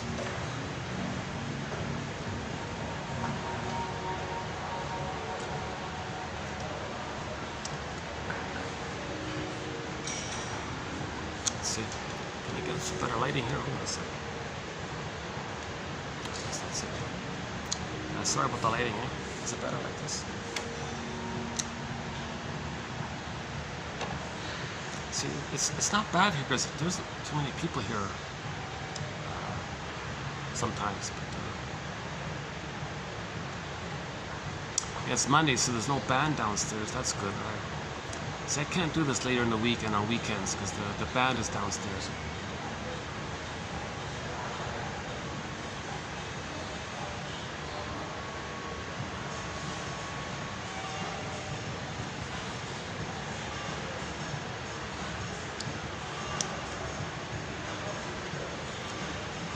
So if the interpsychic structure is differentiation of whole object relating, I'm okay, you're okay, three-dimensionality, that's normal development, loving life. So Zaz's song is, yeah, we want to love life, right?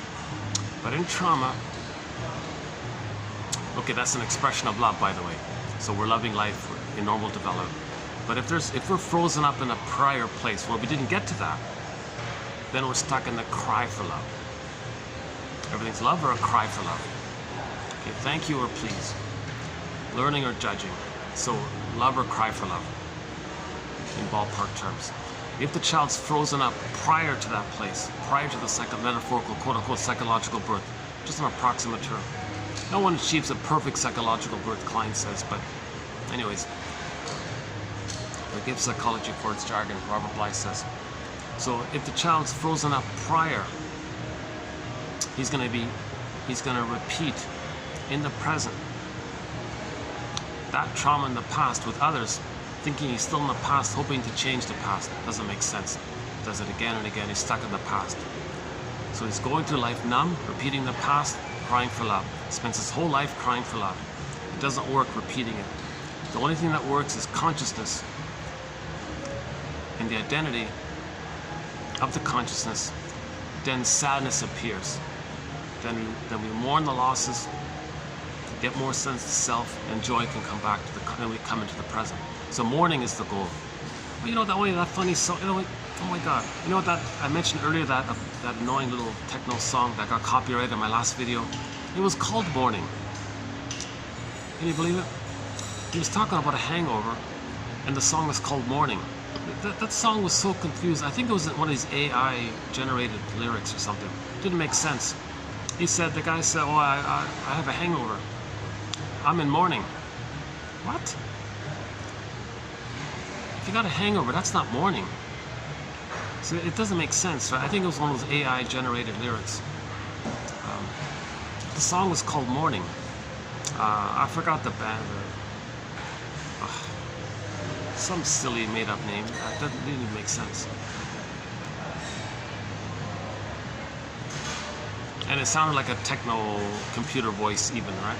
It didn't even sound like a real, it's like a deep fake song or something like that, right? It sounded like a computer generated song. And the lyrics were made up by the AI generator. And the AI, see the AI doesn't have psychoanalytic knowledge, right? The AI doesn't even know the difference between a hangover and mourning. The song was about a hangover. The guy was drunk and he had a hangover. He's lamenting about his hangover. Oh my God, I got this hangover here. And the song was called Mourning. I feel badly in the morning. That's called mourning. Play on the words. In the morning,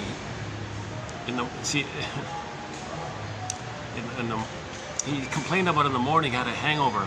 The song was called Mourning. Oh, Jesus Christ.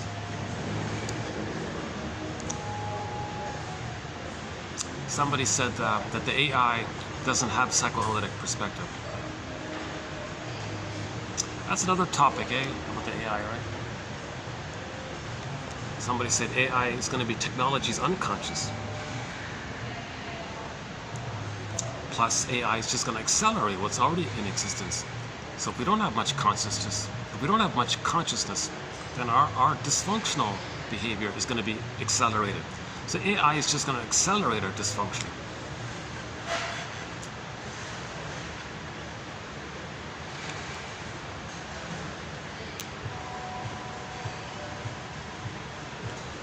Okay, that's a separate topic, right?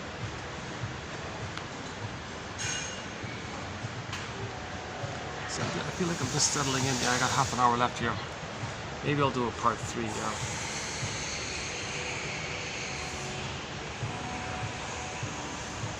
Okay, let's enter the quote from the Greenberg film.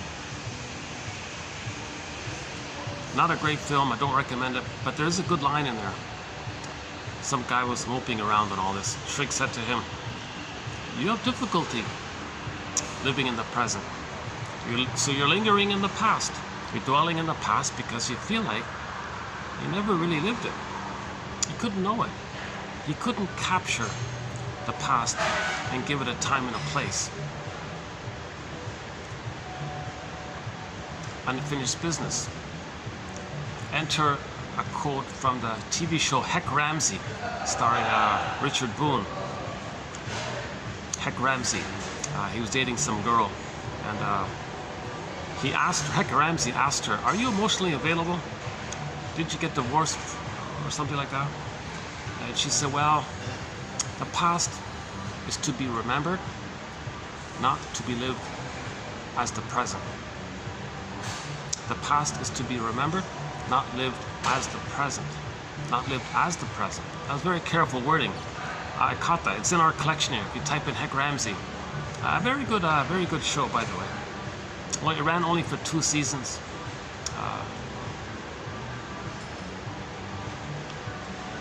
They're almost like I think they're like short movies, like 1 hour.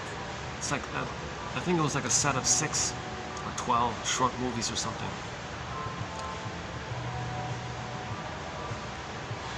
Yeah, famous actor Richard Boone, right? Yeah, and prior to that, he did the Richard Boone Show, the theater thing. He tried to do interpretive literature on live TV, and he filmed it, like spontaneous theater, and he filmed it like live kind of thing. He tried to take some plays and offer some interpretive literature. The one I remember the most is the Stranger one, about religion, about this issue of an interpretation of religion was called The Stranger, Richard Boone Show. And then prior to that, he played the famous character Paladin, right? Paladin, where do you roam? But I have good actor, yeah. He did 3 excellent shows, right? But the latest one, before his passing, at the end there, was Heck Ramsey. And in one of the episodes, his girlfriend reassured him, "Oh, don't worry. The past is to be remembered," meaning given a time and a place. The ghost is laid to rest. The past is not to be lived as the present. The past is not meant to be lived as the present. In trauma, We live the past as the present. The present is a replay of the past. The present is a new edition of the past, a recreation of the past, still dwelling in the past, transiting the past into the present. The present becomes the presenting past. Okay? The past doesn't understand time, so it's always the past. The present's the past. That's we're talking about that, right? So back to the Greenberg film. That guy was dwelling in the past. Okay? He had a painful interaction with the mother. He wants to get out of it. So he's going to recreate that interaction, hoping to get out of it, using others as stand-ins for the mother. So in the present, he would recreate that traumatic interaction with the mother with others in a theater thing, thinking he's still in the past to get a better outcome. The trauma clicks in the organism's and nature's drive to heal the person. But the baby doesn't understand time. So all time is that time. Berger's metaphor is every neurotic is a music. Get back up a second. This trauma leads to neurosis. Neurosis is the petrification, or this freezing wiring, this freezing template. Neurosis is the petrification of an inner conflict that's repressed. The inner conflict, wish and a fear. Baby had needs, afraid to express it because of the memory. Wish and a fear. It's repressed. Wish and a fear. Cry for love. Mother said no. Do I ask again? No. Okay, this is a conflict, right? It's repressed. It makes the person dysfunctional because they're not going to enjoy love. They're not going to love life, know their interest, and they're just replaying the past and the present. They're missing the present. Hence the song that they're missing life. She's in today's quote. Albert's quote was, "Feeling that life is passing you by." Yeah. The second quote here, the woman Alice said, "Life is passing me by."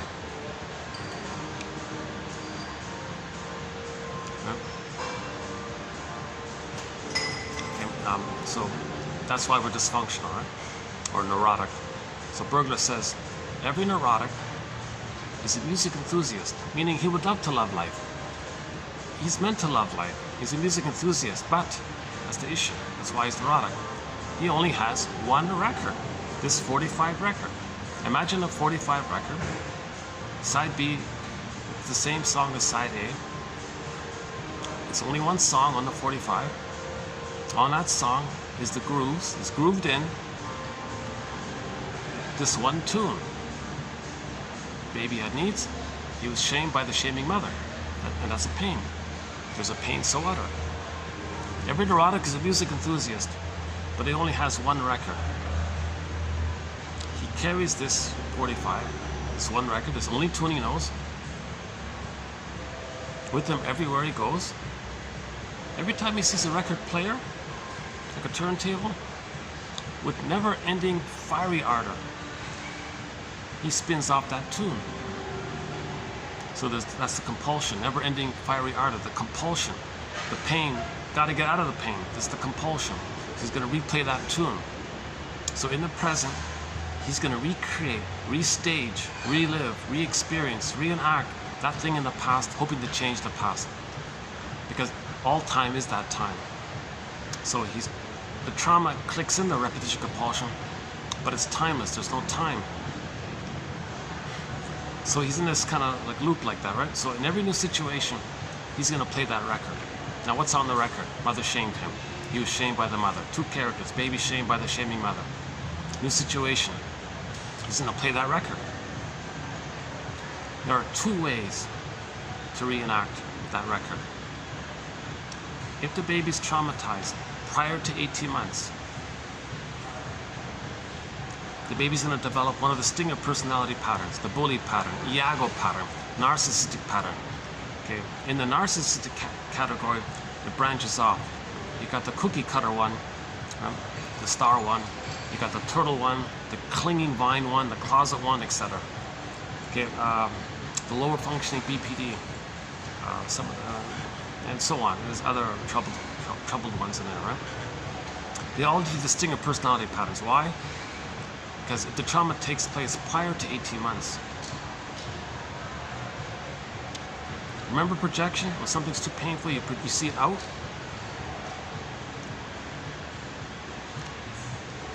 Okay, now we got to underpin. Now we got to add like an underpinning here. When the baby comes out of the uterus,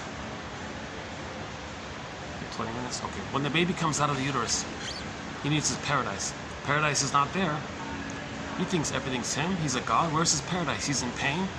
Maybe he's a flawed god. Everything's him and he's in pain. There's something wrong with him. He thinks he's defective. So he says, oh, maybe there's something wrong with me. I'm not okay. Part B. He doesn't know how to parse out where he begins and ends and where the mother begins and ends. So if the mother's quote-unquote defective, he thinks he's defective because of the fusion. Part C. If the mother's not offering love, the baby may perceive the mother is crying for love. Everything's love or a cry for love. So mother's crying for love. Baby says, oh, I'm magical, mother. I'll save you, mother. I'll give you the love that you need. I'll provide the missing love that you didn't get. I'm magical. I'll save you. I'll correct you. I'll heal you. So he'll try to save the mother, correct the mother, because of his magical omnipotence of thought. He thinks he'll save the mother. Nonsense, he can't do it. He had those 3 points up. He thinks, oh my God, I couldn't save the mother. So he's defective. So all babies begin with some kind of feeling that there's something wrong with them. In the beginning, at birth, no mother's perfect, so theoretically speaking, ballpark speaking, all babies generally begin with, I'm not okay. Insult to injury, he's got to lie that the mother hurt him, hallucinate that she's loving, because he needs to feel safe enough to take in the powdered stuff or whatever he's being offered. So he's got to say the mother's okay. So in the mindset, I'm okay, I'm not okay, mother's okay. In the word mother, you put a dash between the M and the O. So the template is I'm not okay, mother's okay. That's the intrapsychic, the mother, expressed interpersonally. So later on, the other is you, your. So the mindset is I'm not okay, you're okay. So all babies begin with I'm not okay, you're okay. Now, in distinct personality patterns, as just mentioned, bully pattern, Iago pattern. Iago pattern, he's the envy-based one. He's the most cynical, the most envious-based one. He's the sneaky, he's enraged, he's envy, hatred of the good. He usually enlists the bully patterns as proxies for him, as he hides behind his ivory tower, and then enlists people. Those are the bully pattern. So there's like an unhealthy thing between the 5 and the 8 on the Enneagram. There's a line between the 5. Iago is the unhealthy 5 on the Enneagram. The bully pattern is the unhealthy 8, and on the Enneagram they show this with the line there. Okay, in distinct personality patterns, what happened was it was strained for the child. Again and again, mother was misunderstood. She didn't change her ways. She complained to the baby. What do you want, baby? I don't know what you need, baby. You're crying. Stop crying. Again and again and again. What the child does is, this feeling, this pain around his identity, having a soul, having a human identity, he can't take it anymore. He has it, but to distract himself from the pain of having it, he tricks himself. Like mentioned previously, he'll attribute or project through a focus, like a shift of attention outward, and say, I'm not okay. No, others are not okay, meaning himself.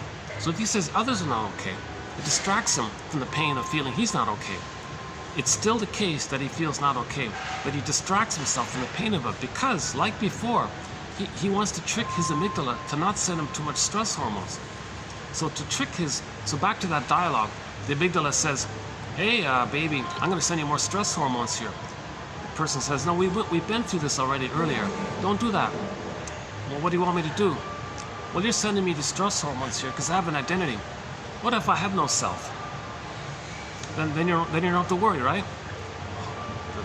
The mammalian part of the brain says, how are you going to do that? Well, let me trick you. What do you mean? Well, my identity's out there. They have my identity. Okay, whatever. It's a trick. So his identity feeling of defective, he'll say others are no good. What has he got left? So the mammalian part of the brain says, well, if you're not there, who are you? What are you going to have? Well, I'll revert back to the once upon a time when I was in the uterus, when I was a little god. I'll just believe on that. It's called narcissism. It's addictive. It's this illusion of fusion, the oneness, the bliss, and all this is a little addictive, right? Hence, narcissism is named after that little white flower that gives people illusions. So he's kind of addicted, and he's in the pursuit of it. So Karen Horney calls that the search for glory, the idealized self, the glorified self. Jeanette Paris says the search for the throne. The Peer Gynt was always saying, I want to find this throne. in the Pied Piper of Hamelin story, 57 film. I want this prestige and this power, this throne, this whole thing. Searching for the His Majesty the baby status. It's all about him. So he's going to search for this. So out of that he's this and he's searching for this, he says, I'm okay. He's a little god. Of course he's okay, right? It's an illusionary. It's a fake pseudo-identity, but he'll take it. He'll take the pseudo-fake illusionary identity as a little god. So out of that, he says that he's safe. That tricks the amygdala to stop sending him stress hormones. So the amygdala is tricked. He doesn't get the stress hormones. He saves his organism, right? Saves his physiology or something. So in this Stinger personality patterns, they see that their sense of not being okay unto others revert to the infantile thing of being a pseudo-god, and they'll say, I'm okay, you're not okay. You're not okay. Okay? Infused into all this, all babies must have a mother. That child doesn't have a good mother. All he has is a concept of him trying to save the mother. That's his connection to a mother, the effort to save her. The effort to save her. Now, how does he save her? He thinks he's got to mirror her, fuse with her, act like her, give her empathy, let her feel seen. So he'll kind of always imitate her, hoping that she'll feel seen. Because the mother herself wasn't seen. So the baby will see her. I'm acting just like you, mother. I'm doing what your mother should have done for you. And he's always doing this. Okay? So he identifies with the aggressor. Okay? Infused in this is Fairbairn's idea. The more the mother's love is unavailable, the more the baby clings to the mother. So the fusion becomes tighter. It's called crazy glue, adhesive. And it crosses over where all he has to have some kind of attachment to the mother is he's got to identify with her. So he gives himself up, sees himself onto others, the other's not okay. Okay, maintains the grandiosity and fuels it in by imitating the mother. That's very addictive, because now if the baby god is one with the bigger god, that's very addictive, right? So he maintains that illusionary fusion of the bliss of the oneness, right? So now he's imitating the mother. It's very addictive. And what did the mother do? The mother shamed him. To have the mother, to save her, he's got to shame himself. He's always going to shame, but where is himself? He sees himself onto others. So to shame himself, i.e. be loyal to the mother and imitate the mother who shamed him, he tricks himself by seeing himself onto others. So the behavior is for him to let him think, so that he thinks he's shaming himself. At the same time he sees himself onto others, he's shaming others. Hence the Stinger personality patterns. Okay, so on the record, so when Stingers replay that record, so back to the 45 record, on the record, mother shamed him. New situation. Play the record. Cry for love. The record means to cry for love. He's going to cry for it, but the Stingers can't do it directly. They can't just like go to others to reject him the way the mother rejected him. They don't want to live that anymore. It's too painful. They see themselves onto others as a defense against the pain of mother shaming them. So the record says mother shamed them. New situation, new place, new interaction, new people, new conversation, new relation, whatever, anything that's new. The record is mother shamed him, but he's identified with the aggressor. The record says mother shamed him, but he's going to be the shaming mother.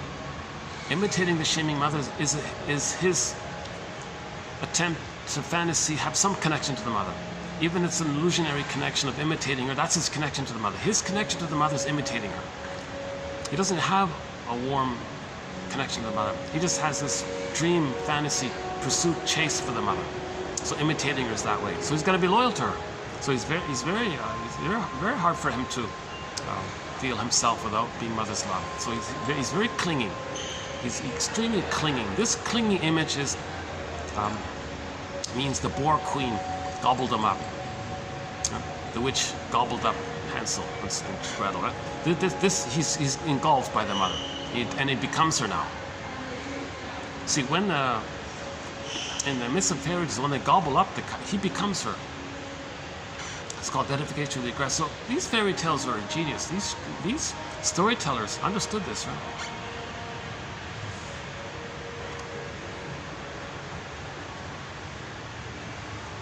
Oh, and the mother's delighted. Oh, that's why she's using the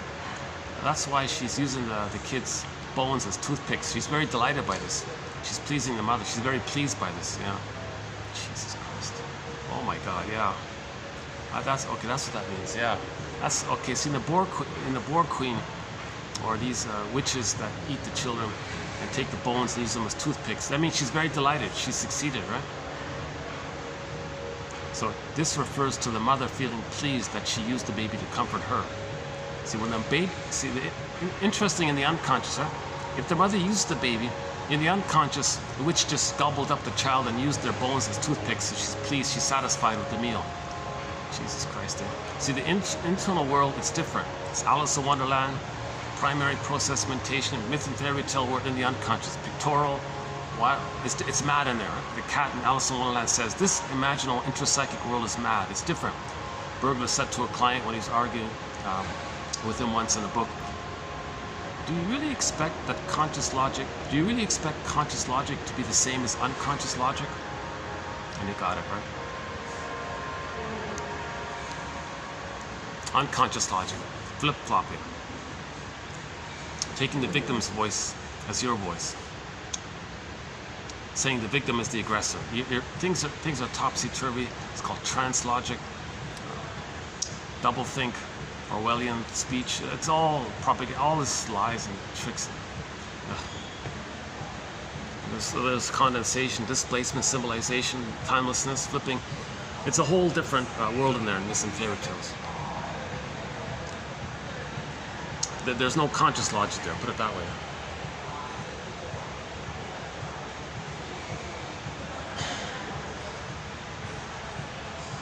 Oh yeah, the record, yeah. So, how are we doing here? 15 minutes? Okay, 15 minutes. Okay, let's just at least finish the record for this video, and we'll do a part 3. I think I'll go back to the other place tomorrow, yeah. I think they have better light. They have better light at night. Why did, I came this way to pick up my laundry. That's why I came. I had my clothes.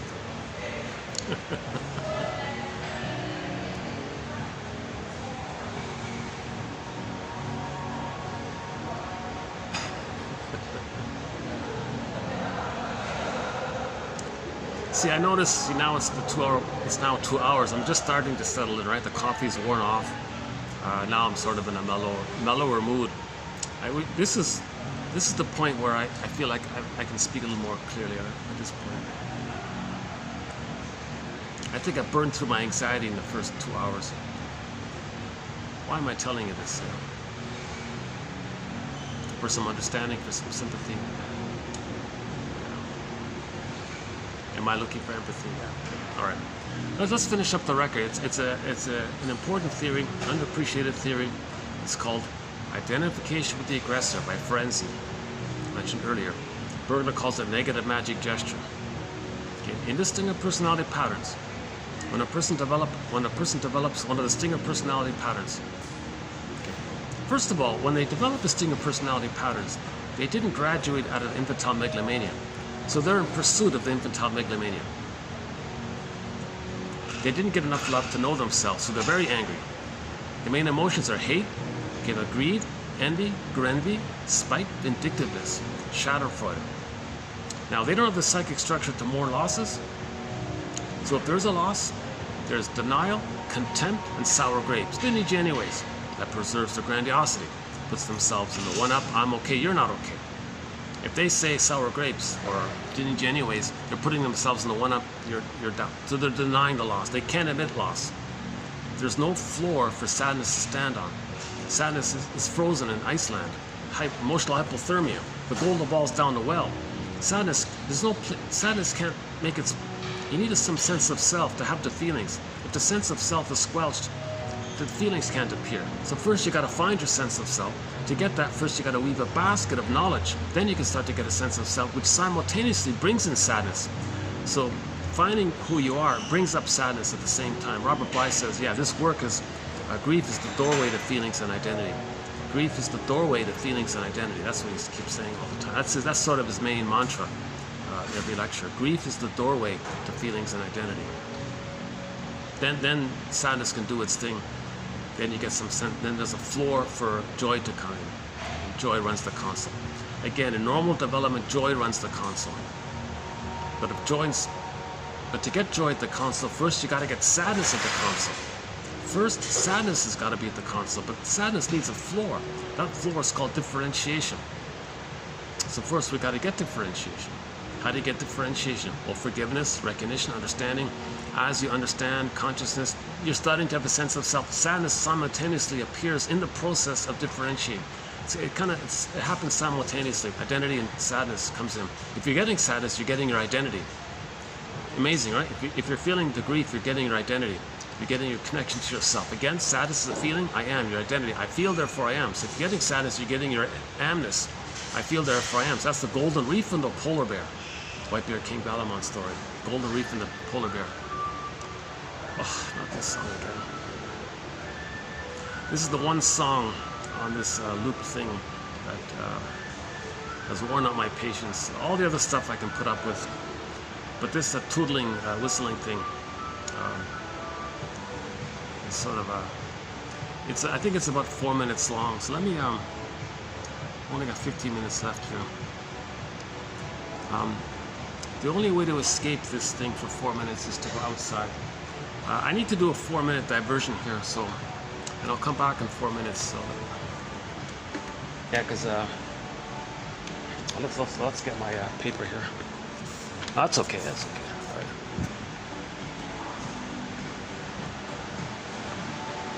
And they play this thing throughout the whole place, eh?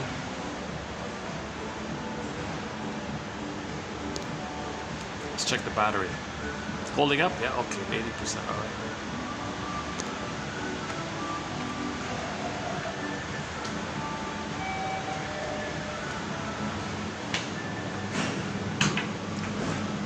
So even in the elevator you can hear it, eh? Oh no! Oh, I wish I could stay in the elevator for 4 minutes. Yeah, I don't hear it here.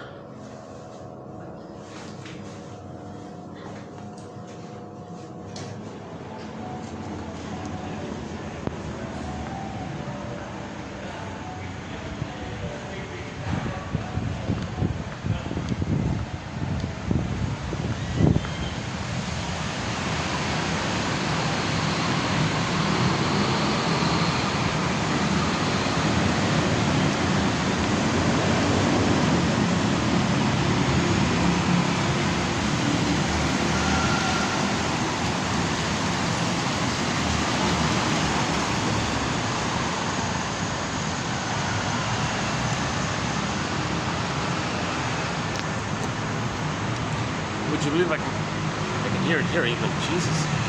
Wow. All right, hold on.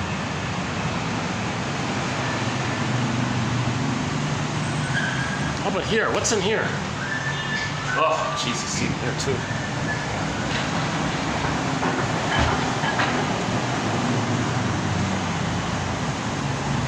That whistling is so loud I can even hear it over all the noise.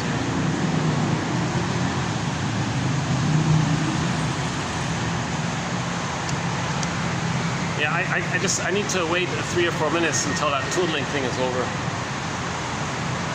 Oh, I know. I'll go on the other side. Hold on.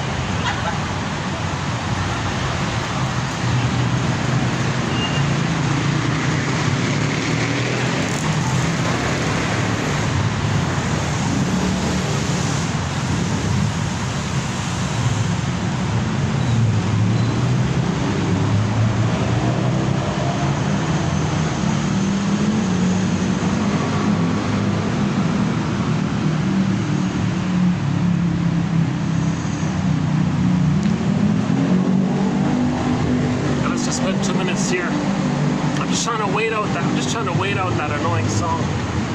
Yeah, sorry about that, yeah. So when the stingers recreate that painful interaction with the mother in the present, the record says mother shamed them. So in the present, they're going to play the role of shaming mother who shames them. But they don't want to feel that again. They've denied their identity. Their identities onto others. So they see themselves onto non-threatening substitute others. Since they see themselves onto others via projection, when they play the shaming mother, they're shaming themselves seen onto others, so they're shaming others. That's why they're called the stingers. They're hurting others to replay how the mother hurt them. It's a negative magic gesture because it doesn't change the past. No time machines to correct the past. Several things here. Burglar says, number one, maybe the person doing this is telling the world how their mother treated them. Hey world, look at this world. You see how negative towards others? That's how my mother treated me. Burglar said there's a kind of anger in this, in that you're showing up the mother. People who have negative attitudes towards others, they're showing up the mother because they're saying how the mother had a negative attitude towards them from their original perception and experience of the mother. But the positive intention, ultimately, is for them to learn how the mother treated them. Anybody who says, I'm okay, you're not okay, it doesn't work. You can't say, I'm okay, if you don't also say, you're okay. In normal developments, I'm okay, you're okay. Anything other than I'm okay, you're okay is an aberration, a sign of trauma. The stinger ones, it's more perverse, distorted, psychotic when you say, I'm okay, you're not okay. Really, your little God and humanness is no good? That's perverse thinking, psychotic thinking, etc. So the stingers are engaged by operating from an underlying psychotic way of thinking. Some people call it perverse thinking. Although they don't appear functionally psychotic, they appear functionally reasonable, but they're doing psychosis things underneath. It's just masked over with the split function of the brain like that. Okay, I think that tootling is over. Let's go back in. It's kind of dark. It's kind of dark here as well. There's no light here either, eh?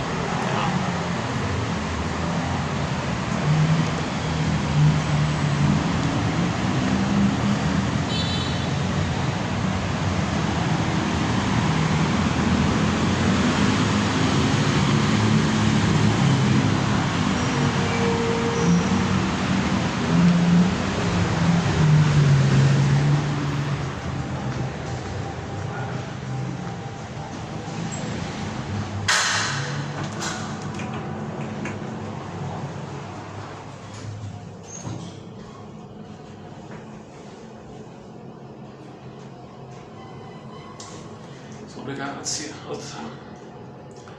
Oh, geez, only 6 minutes left, 6 or 7 minutes left.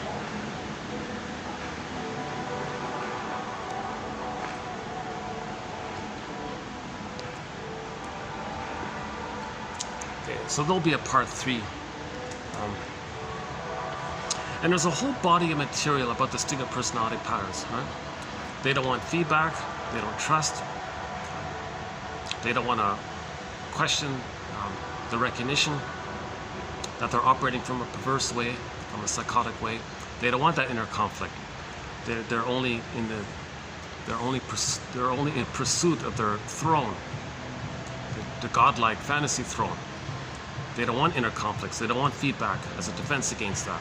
Plus, to accept feedback, you got to trust someone. They don't trust anyone. Main emotions, as mentioned earlier, are hate, greed, etc. Empathy, reparation, gratitude, they haven't really entered into the psychological picture prior to 18 months. Okay, features of the stinger personality patterns are slogans related to that psychic structure. So a clue to the paranoid schizoid mode of experiencing or the stinger personality pattern is a slogan like, my greed or your greed, my envy or your envy. Because they're operating from the psychosis that the mother's a monster and wants to eat them. So they identify with the hungry wolf and say, well, if I'm not greedy, I'm going to be eaten by my mother image. That's psychosis. The mother isn't a hungry wolf who wants to eat the person. Fairy tales describe this inner issue. But they believe it, they act like it. They act out of psychosis, but it's cloaked over with the secondary reasoning. The secondary reasoning cloaks the underlying psychosis. So someone, and you can see it's a famous slogan on YouTube, oh, my greed or your greed. Destroying the planet, gobbling up the planet for a quick buck. Well, if I don't do it, my mother's going to eat me. It's nonsense. They operate from the idea that the mother gave them emotional poverty, identified with the aggressor. Well, to stay loyal to the mother who gave them emotional poverty, they want to give others poverty. To feel safe and loyal to the mother who gave them poverty, because by doing so, they're one with her, imitating her, trying to please her, trying to save her. So dysfunction means you're still trying to save the mother, says Morton Keysen in TQ 2291 and 2. An important quote by Morton Keysen, 2291 and 2. I highly recommend those ones. While you're there, 2119 by Paul B. Russell. Those two there, Paul B. Russell, Morton Keysen. Again, 2119 about repetition compulsion, and 2291 and 2 regarding how dysfunction means you're still trying to please the mother, save the mother. So dysfunction means you're being loyal to the mother. That's a mother complex. That's the Borg queen gobbled up the soul, right? And you're identified with her. Being dysfunctional, really you're going to save the mother? You spend your whole life trying to save the mother by imitating her? So of course the person's going to be angry. That's the psychosis way of operating, but it's masked over with rationalizations. The part of the mind that does see that the cognitive side that can get 10 PhDs. So the 10 PhDs are used to cloak the psychosis underneath. Stinger personality patterns do a lot of scapegoating, because if two stingers get together, they can't function together in a feelingful way. All the feelings are scapegoat on the third. So there's a whole topic about, it's called scapegoat hunger. There's a lot of scapegoating going on with the Stinger personality patterns. My greed, your greed, constant search for cynicism, and cynicism gratifies infantile megalomania. The Schadenfreude is a perverse, psychotic pleasure at somebody's expense, because the mother got some pleasure when she shamed the baby. Identified with the aggressor, that's called Schadenfreude. It's all addictive. It's all addictive. Because that pain they relive, they got endorphins. They replay that pain, they get endorphins. New situation, replay. When they act aggressive towards others, they get endorphins. Now this endorphins hides the pain, but underneath it, they're getting the bliss of the one. So they're getting the bliss of the oneness of the mother, and the pain part is numbed over. So they're in this cocktail of chemistry of fusional oxytocin oneness of the mother. Whatever pain is there, it's numbed over. So the numbing kind of numbs over the pain side, and you're getting the underlying blissful side. So that's why, like hate and greed, it's addictive. One famous short seller said, you know, pillaging the planet for a quick buck, can't help it. And we see it going on all the time, pillaging the planet. Let's say, for example, we discovered another planet, another Earth, just like Earth, and all indigenous people who lived there for billions of years and all this. But they're in the place of, like the indigenous people are. We would just plunder it, wouldn't it? We didn't learn. We're addicted. It's addictive. Let's say there's a parallel Earth, and people and other humans on another Earth, like a twin Earth somewhere far off, but they're technologically a little more advanced. But they're just like us. They discover us. What would they do? They would plunder Earth. They would treat us the way we treat indigenous people. So we're not learning here. Huh? So we need a science fiction film like this, how we discover another Earth and then still doing it, or an advanced version of us discovers us and they do it to us, and we're saying, oh, what are you doing? We're a family here. But the superior, with the ones with more advanced knowledge, says, no, look how cruel you are. All this destruction, destroying the planet, polluting, destroy record, your computer, you traumatize the babies. Oh my God, there's something wrong with you. Well, we're okay, you're not okay. So the other planet, the other twin planet somewhere, the people there who are with a little more technology, they'll plunder the Earth. They'll do to us what we did to indigenous people. We need to see this kind of thing. We need to see the absurdity of this psychotic behavior, i.e. how we are homo traumicus. Trauma means repetition compulsion, with the fantasy that when we repeat what happened, we have the fantasy that we can change the past. Nonsense, ridiculous. You can't change the past by repeating it in the present. We repeat the past in the present to know what happened in the past, to make us conscious of what happened in the past. There's Hermes flies across. When Hermes flies across, we're making sense, we're learning. All right? 3 minutes left here. Yeah, 3 minutes. You see what I mean? Now I'm getting going, eh? Towards the end here. Okay, I got 3 minutes to finish this. Okay, there's a lot more material about the distinctive personality patterns. Doublethink, thing called translogic, okay, scapegoat hunger, all of their barbaric ideas and songs there. Psychotic thinking amassed over with rationalization. Okay, if the child can hold on to a soul post 18 months, but is traumatized before 36 months, that's one of the Klinger personality patterns. They're on track. They maintain, I'm not okay, you're okay. They hold on to their soul. They don't project their soul onto others.